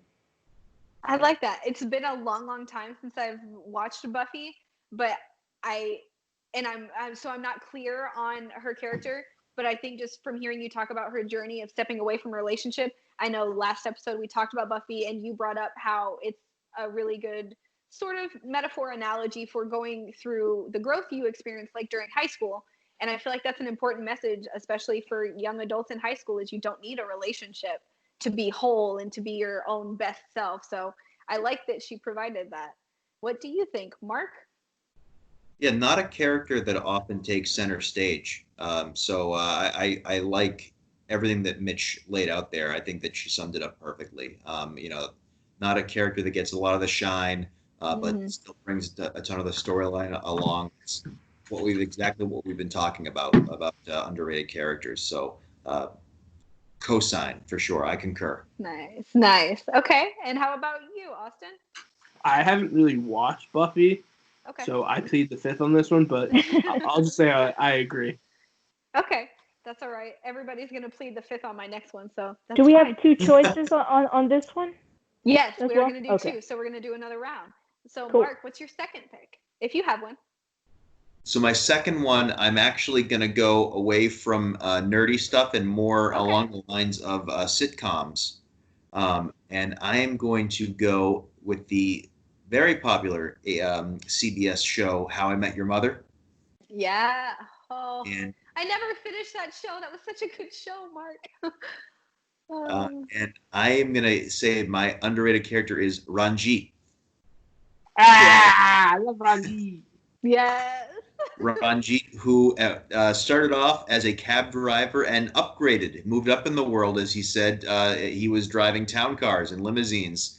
That was one of my favorite shows, and I was disappointed when it got taken off of Netflix because it's not something that is shown as. Is it on Hulu? Okay. Yeah. Oh, is it on Hulu? I need to watch that again. Yeah, because it's not something that's shown in syndication as much. But obviously, you have the core characters. I don't think you can say any of them are underrated because the story revolves around all of them. But Ranjit was someone who, if he showed up, it was always funny. Like he would just kind of show up out of nowhere. Hello. Hello. It is Ranjit. Yes.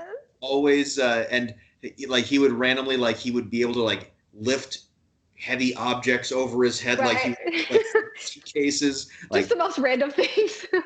He was like, for some reason, incredibly devoted to this group of people, and I loved him for it. So any episode where Ranjit would show up in How I Met Your Mother, I'd always have a smile on my face, and he was definitely an underrated character to me.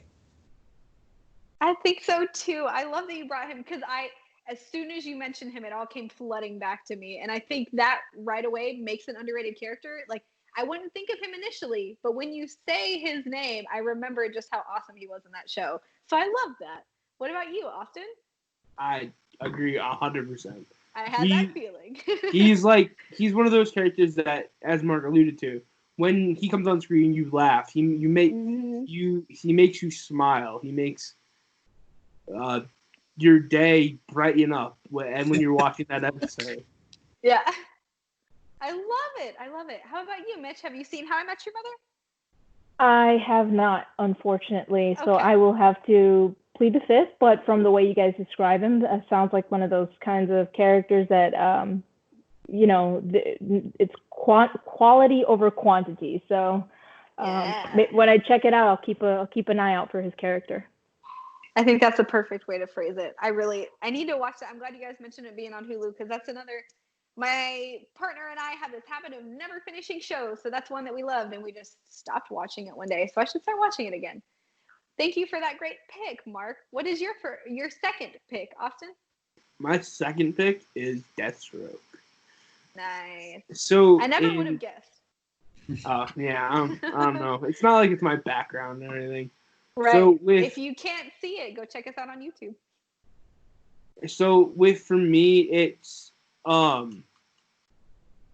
Deathstroke because he's always overshadowed, both in the comics and in TV shows.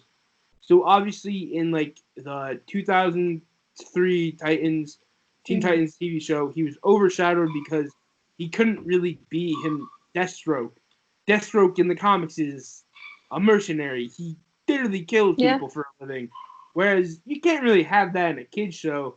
So they had to really dial him down, and they had to just call him by his real life name or his comic book name, which is Slade Wilson, where they just had to call him Slade. And I feel like that was obviously made in somewhat underrated because kids didn't grow up knowing who he was. And then he appeared in Arrow. He was like the main antagonist for Arrow season 2. And he was underrated in the sense in that show because he got a different backstory than his normally would, and he didn't get enough screen time after it because he's an anti-hero. He'll do whatever it is for money. And in Arrow, he stops he didn't get enough screen time because of the DC EU wanting to have Deathstroke in it. Okay. And then also Manu Bennett and his scheduling conflicts where he couldn't come back as much. So I feel like obviously it wasn't necessarily Arrow's fault because DC put restrictions on them along with, as we talked about last week with Gotham. If a project is doing good, don't limit it. That stuff pisses me off. I get you want to try to set something up and stuff like that, but if it's clearly not working, with the DC movie universe, let the TV shows that are making you a shit ton of money use those characters. Yeah, no, I think that's fair. And then also he up in the second season of Titans, he was the big bad, and he I don't know the actor's name, but he did a really good job in it. So yeah, that's my second underrated person. Okay. Now that one, I'm going to disagree with you on one point, and that is just that in Teen Titans, I get where you're coming from with that he wasn't allowed to be what his characters intended to be, but he was their antagonist for so much of the show. I feel like almost all of the show except for when what's his name? Oh, Raven's dad. I should know his name. Trigon. Yes, until Trigon shows up, I feel like that's one of their only other big bads, and he gets Terra on his side and breaks Beast Boy's heart. And so that's the only spot I'll disagree with you. Again, I wouldn't say he's overrated in that show, but I feel like he's too much of a presence in that show to be underrated for Titans. I get that. So what do you think about it, Mark? So actually a fun fact as Austin chokes to death. This and DC and Marvel have pretty detailed history of copying each other. So Marvel got pretty much the entire concept for Deadpool off of this character. Yeah. They literally have the same name, pretty much. Deathstroke was renamed Deadpool for Marvel. Similar costumes with swords in the back. And instead of Slade Wilson, they named him Wade Wilson. So, I mean, that's like copy the homework, but don't make it look like too obvious. Yes. So bad. Not quite as popular, though, in DC lore as Deadpool became in Marvel lore, which is why I would tend to agree with Austin here. I think this is a bit of an underrated character, someone who can really command a storyline. Like someone, if you devote an entire comic series or entire show or even film to him, I think that it could be done very well. It'd be very interesting. So for that reason, yeah, I would agree, and I'd actually like to see that. I like that you brought it up from that perspective. That definitely gives him a very underrated feel when you compare him directly to Deadpool and the huge success Marvel has had with Deadpool. Now, what do you think, Mitch? Yeah, I mean, I'll agree with your point, Christian, about his role in the Teen Titans. I didn't finish the entire cartoon, but when I did watch it, he was kind of like the main driving antagonistic force of the show. So in that sense, I don't think he's underrated. As far as like the comics, I think that, yeah, he's underrated. Especially when you compare him to Deadpool. To be fair, Deadpool himself when his like first solo series, he wasn't the Deadpool that we know now. I don't think they added the comedic standpoint of his character until a little bit later on in the issues that he had. I forget the name of the writer, but I think in the comics, Deathstroke is underrated. But as far as like even on Arrow, that season where he was the driving force, I mean, he was pretty in it. Like, I mean, and it wasn't like he was killing off just like nobody characters. I mean, he killed some pretty big characters. So so it depends, I guess, on the medium that you're talking about him. When it comes to comics, I think especially nowadays, he's a little bit getting more of that recognition thanks to the shows. But he was very underrated because there was some part of him that wasn't as interesting as Deadpool, because when Deadpool got that comedic side of him, he instantly became, to me, like you read his first appearance in what was it, New Mutants 98, you read it and you're kind of like, okay, he's interesting, I guess, but you're not like, it's not like Deadpool now. You read his issues now, especially with the Spider-Man, and it's interesting because it's funny as hell and his character's so absurd, whereas Deathstroke it's just kind of like your badass villain, but it's comic books. You have badass villains on every street corner. So yeah, that's fair. That's kind of how I see it. Yeah, and I feel like you and Mark are kind of hitting on the same thing, where like he is in and of himself, and Austin too, that he is in and of himself a force that just maybe isn't portrayed the same way. And I think Deadpool, again, just the excellent casting of Ryan Reynolds has also helped to bring him full circle as far as being really, really popular. Now, we're going to move on to mine, and I know that nobody here that is on my cast is going to necessarily know this character, so I am relying on any of my listeners. If you guys know this character and agree or disagree with me, again, find us on Twitter at NerdPodPones and let me know what you think. I am wearing my underrated character on my shirt today. Guys, this shirt means a lot to me. It's my first nerdy shirt that I ever purchased. This is a character from a show called My Hero Academia, or Boku no Hero Academia, and his name is Shota Aizawa. He is a teacher of a class called Class 1A. It's the class of main characters, basically. And the reason I feel like he is underrated is because he is so amazing. This is a character, guys, where as far as underrated, I say he's underrated because I like him so much, and I feel like nobody understands how much I like him. He is presented initially as kind of this hard-ass teacher who's going to make the main character's life just really, really difficult, and you ultimately find out that he just wanted to make sure that this main character had what it took, because the character was given a very great power. So he is watching and judging and trying to determine if this character is actually going to be able to be a hero. So in that way, he's sort of the first gate of validation that this hero gets to experience once he's into the Hero Academy that he's going to. And at the same time, his quirk, which is what they call their superpowers, they're called quirks, is that he can erase other people's powers. So there are multiple times throughout the show where he saves his students from the brink of death. I mean, hold your breath, heart beating out of your chest. You think someone is going to die, and he pulls it out and saves someone. And there's one particular scene I'm going to tell my cast about that maybe will interest them enough to make them go watch this anime, because I love this anime. It's one of my top 5 of all time, where he has been beaten. The skin on one of his arms has been degraded off. His arm is broken. His face is beaten and bloody. He is being held down and immobilized. And one of his students is about to be disintegrated, about to be killed. They even have a shot where you see her disintegrate into nothing from our main character's point of view. And Aizawa, the man on my shirt, manages at the last second to erase the villain's quirk and save her life. And it's just one of those moments in a show that gives you goosebumps when you realize what he is enduring to save his students.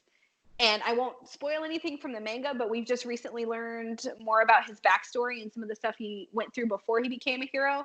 And it just made me love him all the more. He's an amazing teacher. He's an awesome hero who worked underground. So the public he never got public recognition, which was his choice. But he wasn't some hero that was working on TV and had a lot of followers. He really just did hero business by himself to do good things in the world. And so that is what makes him my underrated pick out of my anime picks. I had a lot of them, but I'm going to stick just to him because I wore him on my shirt today. He's one of my favorite characters. This is one of my favorite shirts. So I wanted to be able to talk about him.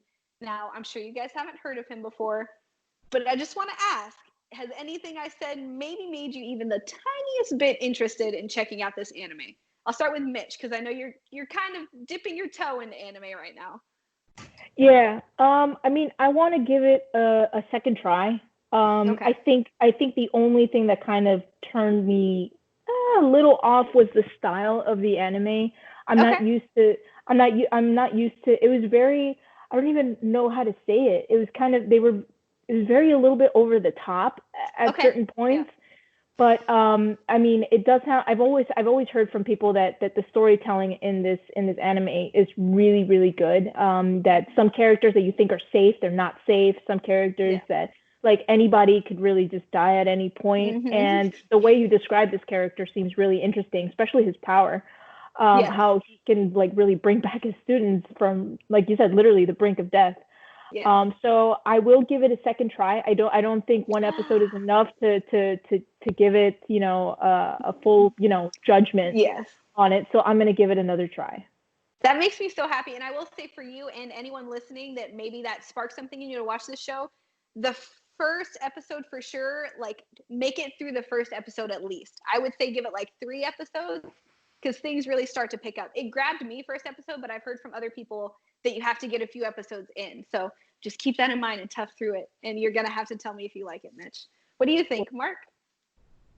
I mean, I'm game for anything that has good storyline and good character development. So, if you vouch for it, Christian, I'll probably give it a shot. Oh, it would make me so happy. Like if anybody on my cast ends up watching it and loving it, it will make my life. I love spreading anime around. How about you, Austin? I'll give it a try. Nice. It's a really, really good show. Again, it's a superhero show. It is based on a society of superheroes, but you also have some really interesting anti-heroes. I hope you guys check it out and that you love it because we'll have a lot to talk about. I could do a whole episode or 2 on My Hero. So I hope you guys do check it out. Now, what about yours, Mitch? I'm excited to hear your pick. I was going to go with Cowboy Bebop, but when you mentioned Avatar, I like Asami's character from Legend of Korra. Okay. I know she's kind of like the female version of Sokka, but I like how she had an even, like, for her, if people don't know her storyline, you know, she's kind of really left on her own devices after the first season. So she's got an even, like, in my opinion, an even more difficult role and a difficult more road ahead of her. So I like how her character, again, she was a non-bender, but she managed to like run a company. She became a CEO after her father pretty much trashed the reputation of it by, you know, doing some stuff. And I really like. I don't want to spoil it in case anybody like Mark wants to watch it. Yeah. But I really liked her character, and the way it ends, I don't know if people are aware, but the way it ends, it's strongly implied that she and Korra might have some kind of possible romantic relationship. Yeah. It's been speculated. Exactly. For me, because I'm bisexual, I really like that that representation in cartoons, and for me, it was the first time seeing it. As you know, I haven't really watched a lot of cartoons recently or animes. So when I saw that, I thought it was a really powerful moment because they didn't really have to go into it. And I get it; it's a kids show, but it was a really great moment in time for me to see something like that because it you know, showed a representation. And I know we were only going to do one more, but I really want to say Cowboy Bebop. Okay, yes. So that is the only anime besides Dragon Ball Z that I've watched completely. Okay. And Jet was such a great character. I think he was like the grumpy father figure who kind of kept the crew together, but I liked his backstory because he was, you know, he was a cop, and then he realized he was like surrounded by crooked cops, and I liked, you know, the choices that he made. Like when he lost his arm, he's like, you know what, I'm gonna keep a mechanical arm just to remind me to, you know, like careful with who you trust or something like that. I thought his character was really underrated, especially considering, you know, you have Spike, who's really popular, Faye as well. Right, exactly. So he's just kind of left. I feel like the Corgi might be more popular than Jet, and he doesn't deserve that. Yeah. Freaking Ein gets more popularity than but Jet, and he's got to like wrangle all these characters too. Spike is no one easy to deal with. And the fact that he can wrangle all of them, I thought was, he's like the glue of that. Exactly. I would say that too. And he's another one. I've said it before. I'll say it a million times over. I love like big softies. Like Jet is a big ripped dude, but he's a softie, and I love those kind of characters. I think those are both great picks. I'm glad that you brought up the ending of Korra and that you felt like that was a positive experience for you, because I've heard before, I've heard people complain that was queer baiting and all kinds of other stuff. So I'm glad for you, and that means not just you, but other people out there did see that as a positive moment, in a moment where they felt represented. I'm glad that made you feel seen, Mitch. That's really special. Yeah. So I've seen both of those shows. I don't know if Mark or Austin have. Austin, have you seen them? How do you feel? Agree, disagree? You're muted. You're muted. There we go. I've seen Korra, so I would agree with that. Yeah. Okay. Yeah. And I haven't seen the anime. She was a strong character for sure. How about you, Mark? Yes, I mean, as I alluded to before, unfortunately, I haven't seen either of these shows quite yet, but they are on my list, especially after getting these strong recommendations. So hold me to that. Good, cool. I want to just check. Does anybody? Well, here's what we'll do, because I definitely could mention like 85 other anime characters. So if you are on our audience and anime is something interesting to you, please let us know. We have a YouTube channel. If you would comment and let us know if you want more anime content. If you come to the Twitter, you will see I am posting anime content. Give it a like, give it a retweet, something to let me know. Yes, please give us more anime on NerdPod, because I will do that in a heartbeat. So we're going to go ahead and move on to our written media. We're going to wrap it up with written media, comics and books. Mark, do you have a pick for comics and books? Of course.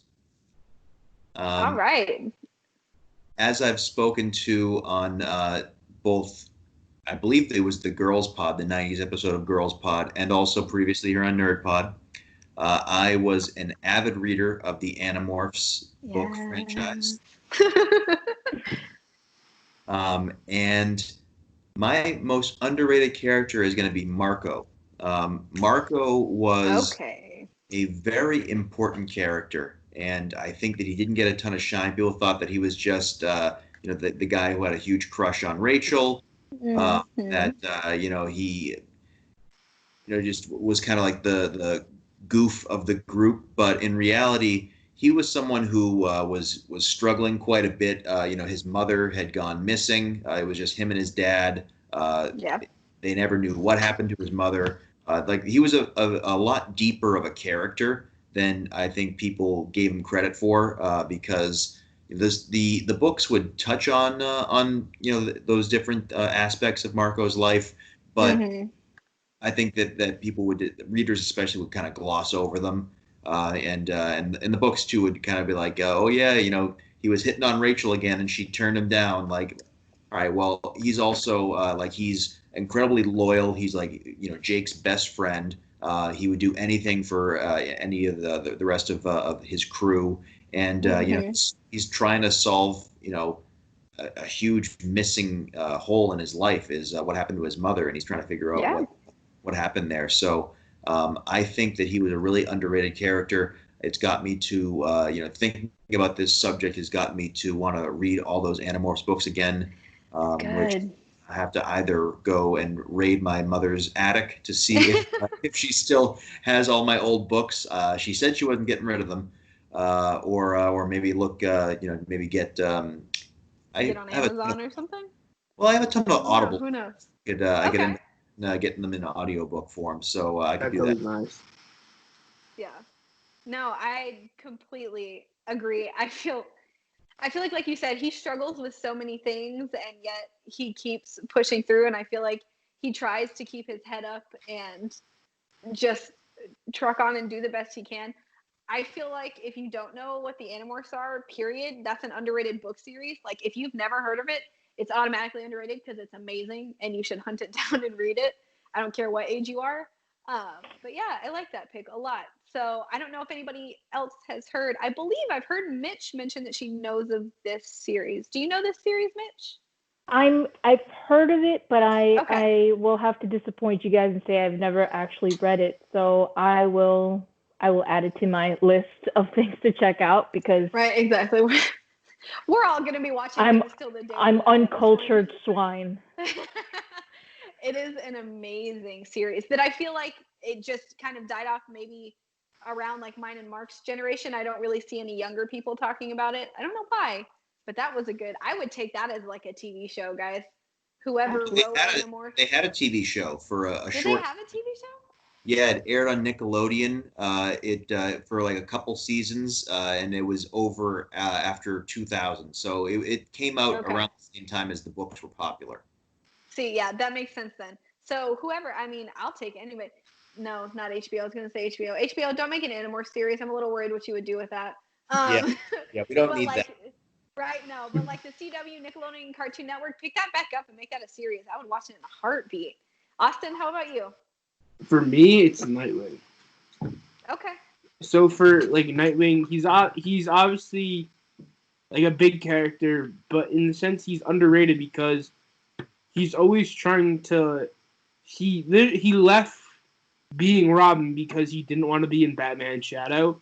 Yet he'll always be in Batman's shadow because he's the first Robin.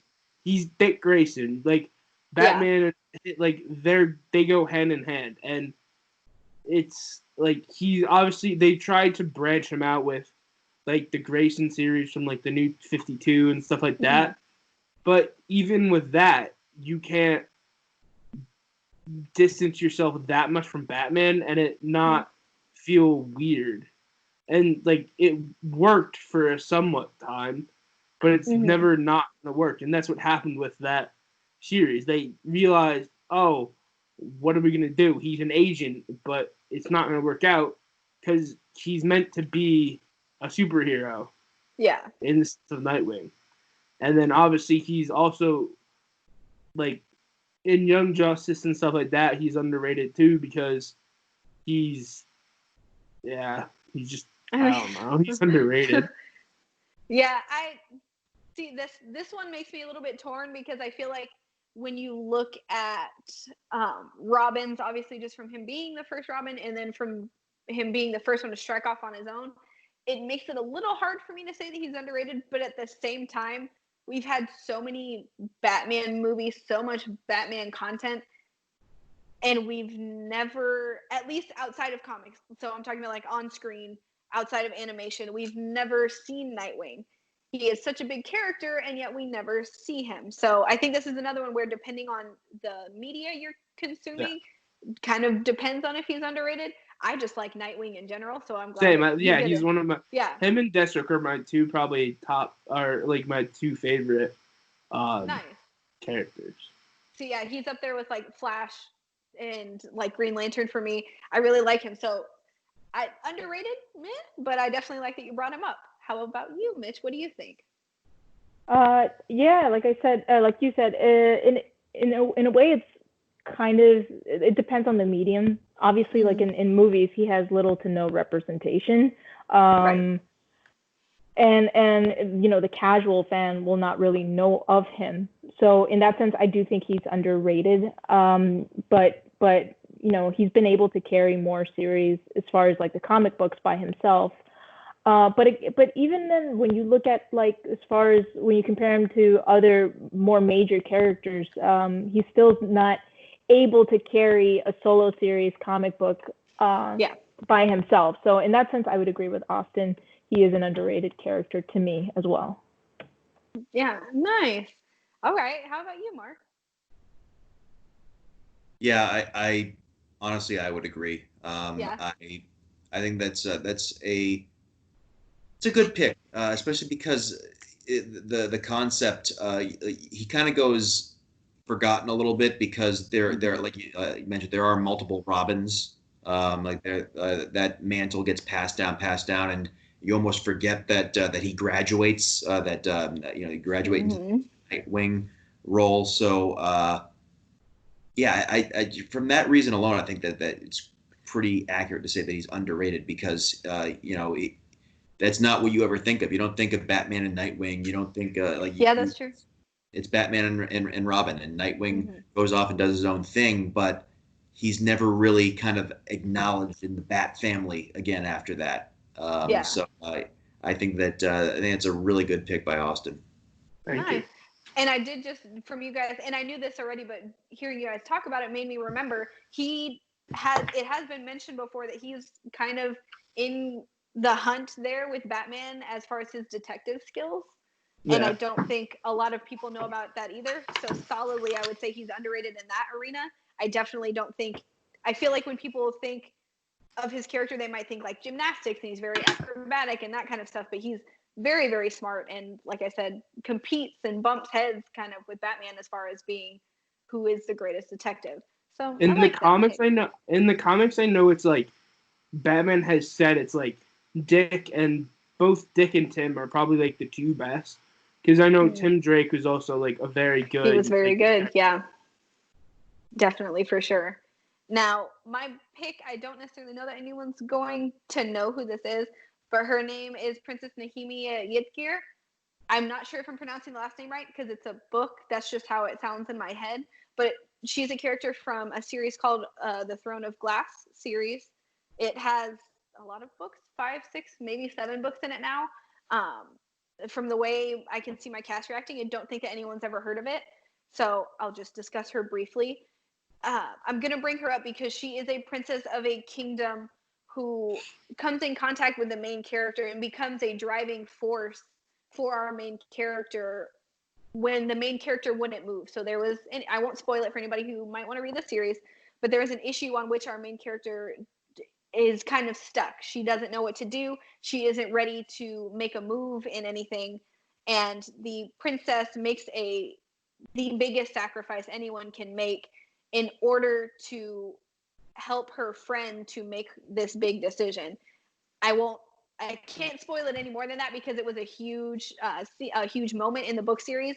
I will say that I bawled my eyes out. So if that makes anybody speculate on what might have happened, I just feel like she's huge character because the main character would not have developed beyond where she was, I think, without that sacrifice. Now, again, I don't necessarily think anybody's ever heard of this series before, but let me know. Yes, you have. No, you haven't. If this kind of thing makes you feel like she could be an underrated character, that kind of thing. What do you think, Austin? I agree with that. I don't really know much about the character, obviously, but I'd go. I'd agree. I agree with you. She's underrated. Okay. Thank you for that agreement. How about you, Mitch? Like you said, I'm not familiar with the books at all, but based off of what you said and what she's done in my limited knowledge, she does seem to fit the underrated category. And I'm interested to see, I mean, I'd like to know more about this book. It sounds interesting. So yeah, I'd agree with you. Yeah, so the series is amazing. How about you, Mark? The qualities that you described in this character definitely give me the impression that it checks a lot of those same boxes in terms of being either undervalued or potentially just a little underrated, but being a character that's pretty critical to the success of the overall story. So although I'm unfamiliar, I definitely think that would be a good selection. Nice. So for anyone out there, again, in our audience, if you feel differently, let me know. I will say for my cast, she is a big character, so she's not some like minimal side character. She's a very big part of the story when she is in it. But I think the impact she has on the main character is why I would classify her as underrated. How about you, Mitch? For my character, I'm picking someone who, they're originally part of the Justice League, and I just do not understand why they refuse to put him in the movies. Martian Manhunter. Yes. He's originally a part of the Justice League. Like in the very first appearance of the Justice League, he's one of the ones there, and he's constantly like kind of getting the shaft when it comes to film representation, or even in the comics. It's not like he has a lot of his own series.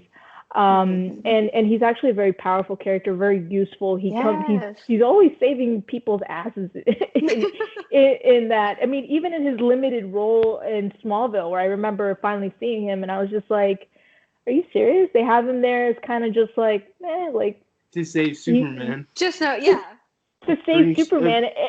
And it's like what, like 10 minutes of screen time in total? Like you're just kind of like left like, this is a staple of the original Justice League, and he's really not given much representation in many mediums, and even in the comic books he serves more as a support role. And I think that for someone with his powers, he would definitely be able to carry more of a story on his own than or a series of his own. So yeah, that's my pick. I like that pick because he is another one of my favorite. I don't even know why I like him so much. First of all, he turns into a dragon. That probably contributes to it. If you haven't heard before, I like dragons. Yeah. He can shapeshift and turns into dragon, so I like it. But he, again, like, I don't feel like they show off how powerful he truly is. He's one of those beings that at times I feel kind of borders on like ultimate power, but they don't show him to be like that. So I really, really like that pick, Mitch. He's like Scarlet Witch. Yes, Mark. Exactly. He's got these near limitless powers, and yet he's not in anything. I love that pick. What do you think, Mark? Yeah, he's not as attractive as Scarlet Witch. Sorry. Yeah. You might not find him as attractive. He's a little green.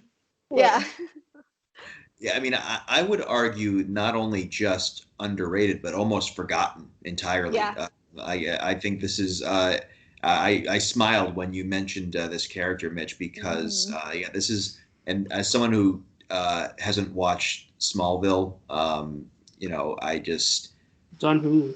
I know. I saw it. I just never got into it, but so I can't remember the last time I've seen Martian Manhunter represented in any sort of media whatsoever. He's in Supergirl. Is he? Yes, like a version of him is in Really? Supergirl. Yeah. Oh, there you go. Another show that I haven't seen. Yeah, right.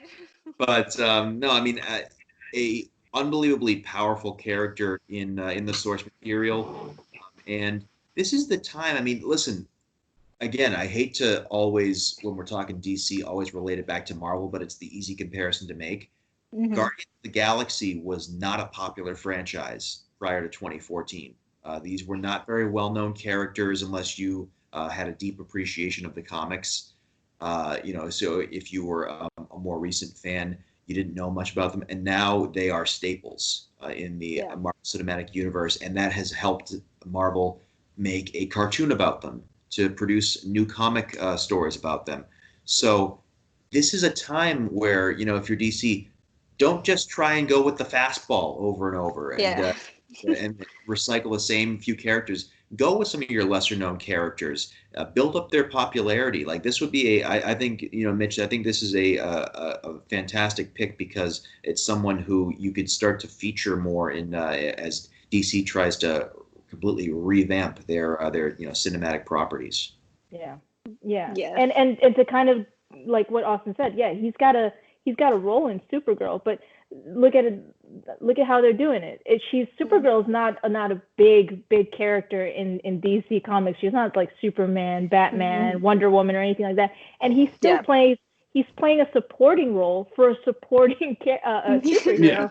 So even then, when he's got representation, it's still very, very undervalued. And like you said, he's got a lot to give, and I think they really kind of missed the mark in not even like alluding to him in the Justice League movie.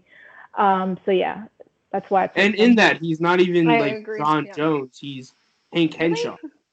Yeah, it's Hank Henshaw, not John Jones. So it's not the typical Martian Manhunter.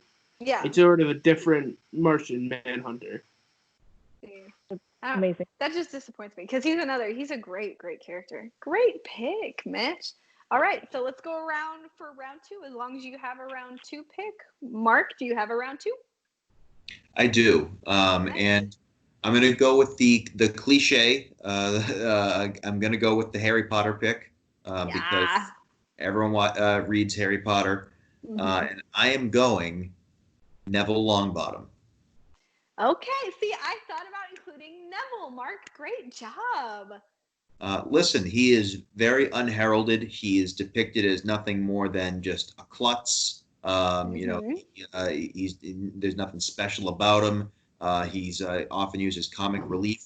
And as these books continue to progress and the story gets deeper and, quite frankly, more serious, he actually becomes a pretty critical character. And he gets Harry and his friends out of some scrapes on a number of occasions. And then, obviously, in the final book, he stands up to Voldemort.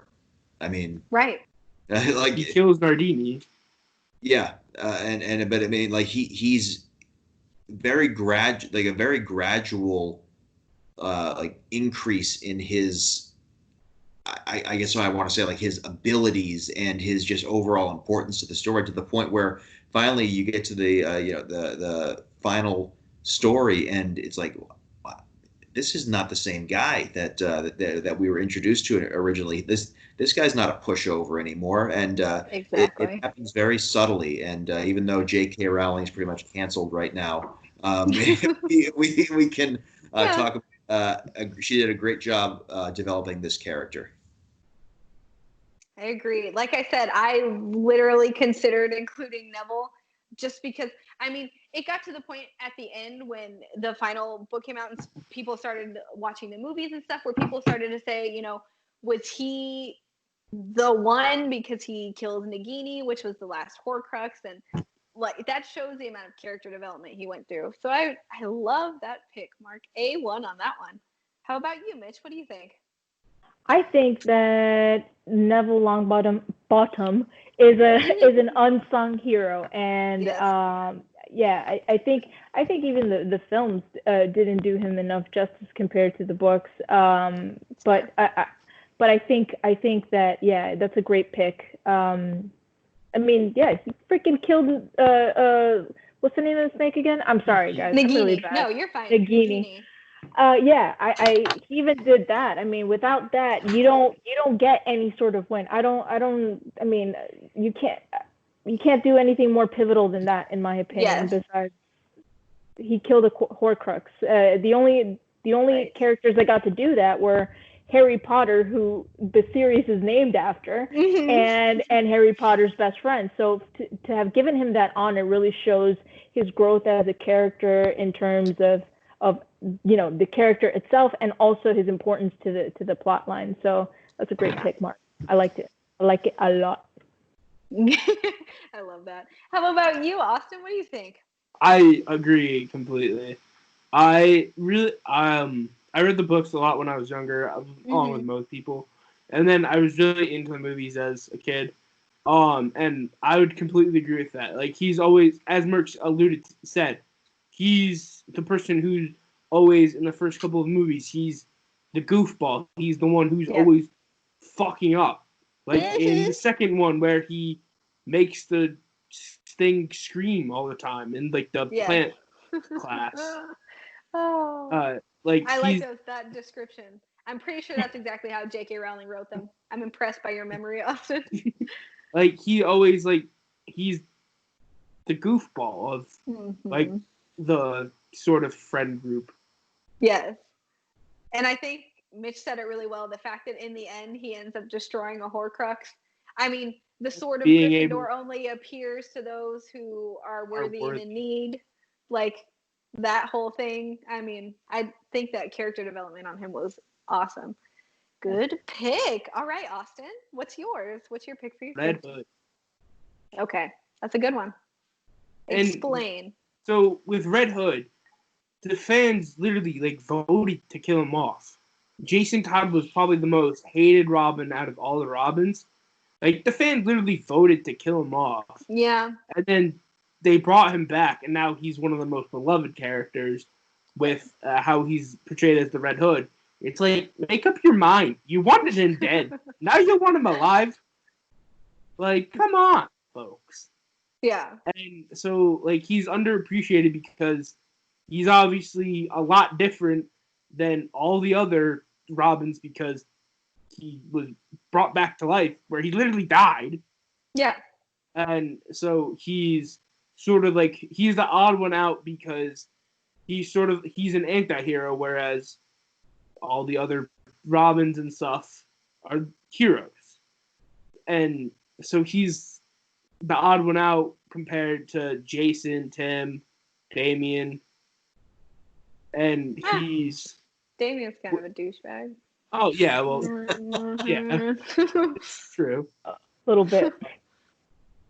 But Damian, I guess, sort of could be also considering the anti-hero because he's killed people. Yeah. But that wasn't necessarily his fault because he was raised by the League of Assassins. Right, he couldn't, you could say that. I get where you're coming from, though. I get it. Sorry. Got that tangent. And, like, he's like, underappreciated because the fans voted to kill him off. Yeah, like, I'm not gonna lie, I didn't know that, but that's really sad. Yeah, in like the 80s, you could choose whether he lived or died. He was that hated. Then he got the shit beat out of him by the Joker, exploded, then tossed into a Lazarus pit. Yeah, that was. I mean, Jason Todd's story is a sad one for sure compared to all the other Robins. To say he's underrated, I would agree from all the points that you've made that he definitely sounds like an underrated Robin. And I could even say that Red Hood is slightly underrated, just in the same way that Nightwing is underrated. Like, we haven't heard. I feel just they haven't earned the presence in a way that like Batman has, and I don't know. I can see where you're coming from with that. What do you think, Mitch? You're my comic book authority, so I trust you. I would say as Robin, yes, he was underrated. As Red Hood, I mean, I'm not entirely sure, because when he came back as the Red Hood, it was kind of like a pretty popular storyline. even as a comic book collector, I'm still trying to get that first full appearance of Red Hood. Nice. So I honestly know how expensive that comic book has gotten, and I think that he's grown in popularity. So I'm not entirely sure if him as Red Hood is underrated, but as Robin, I completely agree with that assessment, especially with the fans voting to kill him off. That was so extra, but then again, that's comic book fans for you. Yeah. That is kind of true. We're so extra. Yes, exactly. Nerds get very passionate. All right, nice. So what do you think, Mark? I would tend to agree with Mitch. I think that the character of Jason Todd is more underrated than the character of Red Hood. I meant that in that like sort of sense, where he's sort of underrated. Yeah, because and for the reasons that Austin pointed out is why I would say that, because he was a somewhat unnoticeable character, being in a sequence of different Robins, and in order to make him more interesting, they turned him into a villain. So from that perspective, I would say that that Jason Todd is definitely an underrated character overall. Nice. Okay, I like that. So, and I feel really bad for Jason Todd now. I mean, I felt bad already. The way that he died was terrible, but knowing that fans actually voted for him to die like that, I mean, getting the crap beat out of with a crowbar. That is terrible. Listen, don't be a sarcastic prick to Batman. That won't happen to you. So you're saying but wait, you're setting a rumor he sent him to the Joker? Yeah, that was more Damian. I mean, Jason and Damian are sort of the same person in the sense where they're both the assholes. Yeah, that's true. And that's the main reason why people didn't like him back in the 80s, was because he was that asshole. Yeah. And now it's more accepted with Damian, or they kind of have to put up with it now because DC doesn't give a shit. Right. Now, I like that pick. That was an interesting one that I wasn't expecting. I'm going to do mine quickly because we are running a long episode, and I want to let my castmates go on with their night and let you guys go. And then we'll get to Mitch. I'm not forgetting you, Mitch. Mine, very quickly, is a combination of Silver Surfer and Galactus. The reason that I say both of those is, Silver Surfer by himself is another one of those beings that is nearly omnipotent in his power. And yet, I mean, we saw him in the original Fantastic Four movie, and I don't feel like you ever would have known that. I don't think you ever would have known how strong he was. I mean, I feel like the original one was better than the remake. They turned him into a cloud. Yes, I like Silver Surfer. I can't even tell you guys why, just from looking into him and realizing, I think it's just that I like powerful bad guys. And I have to bring up Galactus because he is obviously originally basically enslaved to Galactus. He eventually breaks free from him, and that is when he truly moves into sort of a more heroic role. Galactus is underrated to me because he's a huge baddie that we have heard nothing about. So I'll just say that. He's literally called the Devourer of Worlds. And I get that we're kind of moving slowly with things, and that's okay. But I'm going to pair those two characters together as an underrated duo that I feel could be they would be a major, major villain if they were ever brought into any of the visual, animated, any of those kind of medias that we see. And now they can, because they were part of the Fox deal. Yeah. Because they were owned by Fox. Exactly. So now you can bring them into when you bring in the Fantastic Four, bringing in those people are kind of inevitable. Yeah. Because that's such a big Fantastic Four storyline with Galactus. So would you feel that you agree, Austin, that they're underrated? Oh, I agree 100%. Because just because of the representation they got in those god-awful movies. As Mark just said, Galactus was made into a fucking cloud. Yes, right? He's a giant dude that sits on a throne and floats around space. He's not a cloud. Yes. It was so unnecessary for him to be a fucking cloud. Yes. I agree. Like I said, nerds get passionate about this stuff. Why did you guys do that? Nobody knows. So what do you think, Mark? Underrated? Overrated? Agree, disagree? I'd say they're certainly underrated, especially when you consider the universe that they're coming from. I mean, you think Fantastic Four villains, as powerful as Galactus is, you're always going to default to Doctor Doom. Doctor Doom is who you think of as the ultimate villain in that corner of Marvel's lore, and Silver Surfer being just an incredibly powerful figure that goes a little bit overshadowed sometimes. So and when you introduce these characters, Kevin Feige, I know you're a smart guy. Don't make Galactus a cloud. No. So I know, it's we really, know you're really listening. easy, guys. We're giving you the formula for it. Don't make him a cloud, and it'll be an improvement. Thanks. I mean, to be honest, anything is an improvement over the last time that Fox made Fantastic Four. Yeah, I remember watching that, and I turned it off in like 20 minutes. It was horrible. Yeah. So what do you think, Mitch? Silver Surfer, Galactus? In terms of visual representation in the films, absolutely very underrated, undervalued, underused. I don't know what other underword to use, but just use your imagination. In terms of the comics, Silver Surfer actually is very popular. I would say, along with Galactus. There's a lot of iconic covers. There's one, I always forget, it's a Journey into Mystery comic book. It's one where Silver Surfer's literally about to collide with Thor. Nice. So he's, I think in the comic books, he's sometimes there's fans that are really, that kind of overrate him, but I will say that in the comic books, he's pretty popular. Galactus is also a pretty, like, really serious baddie in the comic books as well. Where he's not a cloud, like right. Like, he's actually represented. Yeah, I'd be like, well, I have Galactus outside my house right now. It's cloudy as hell. I mean, shit. But there's one there and one there.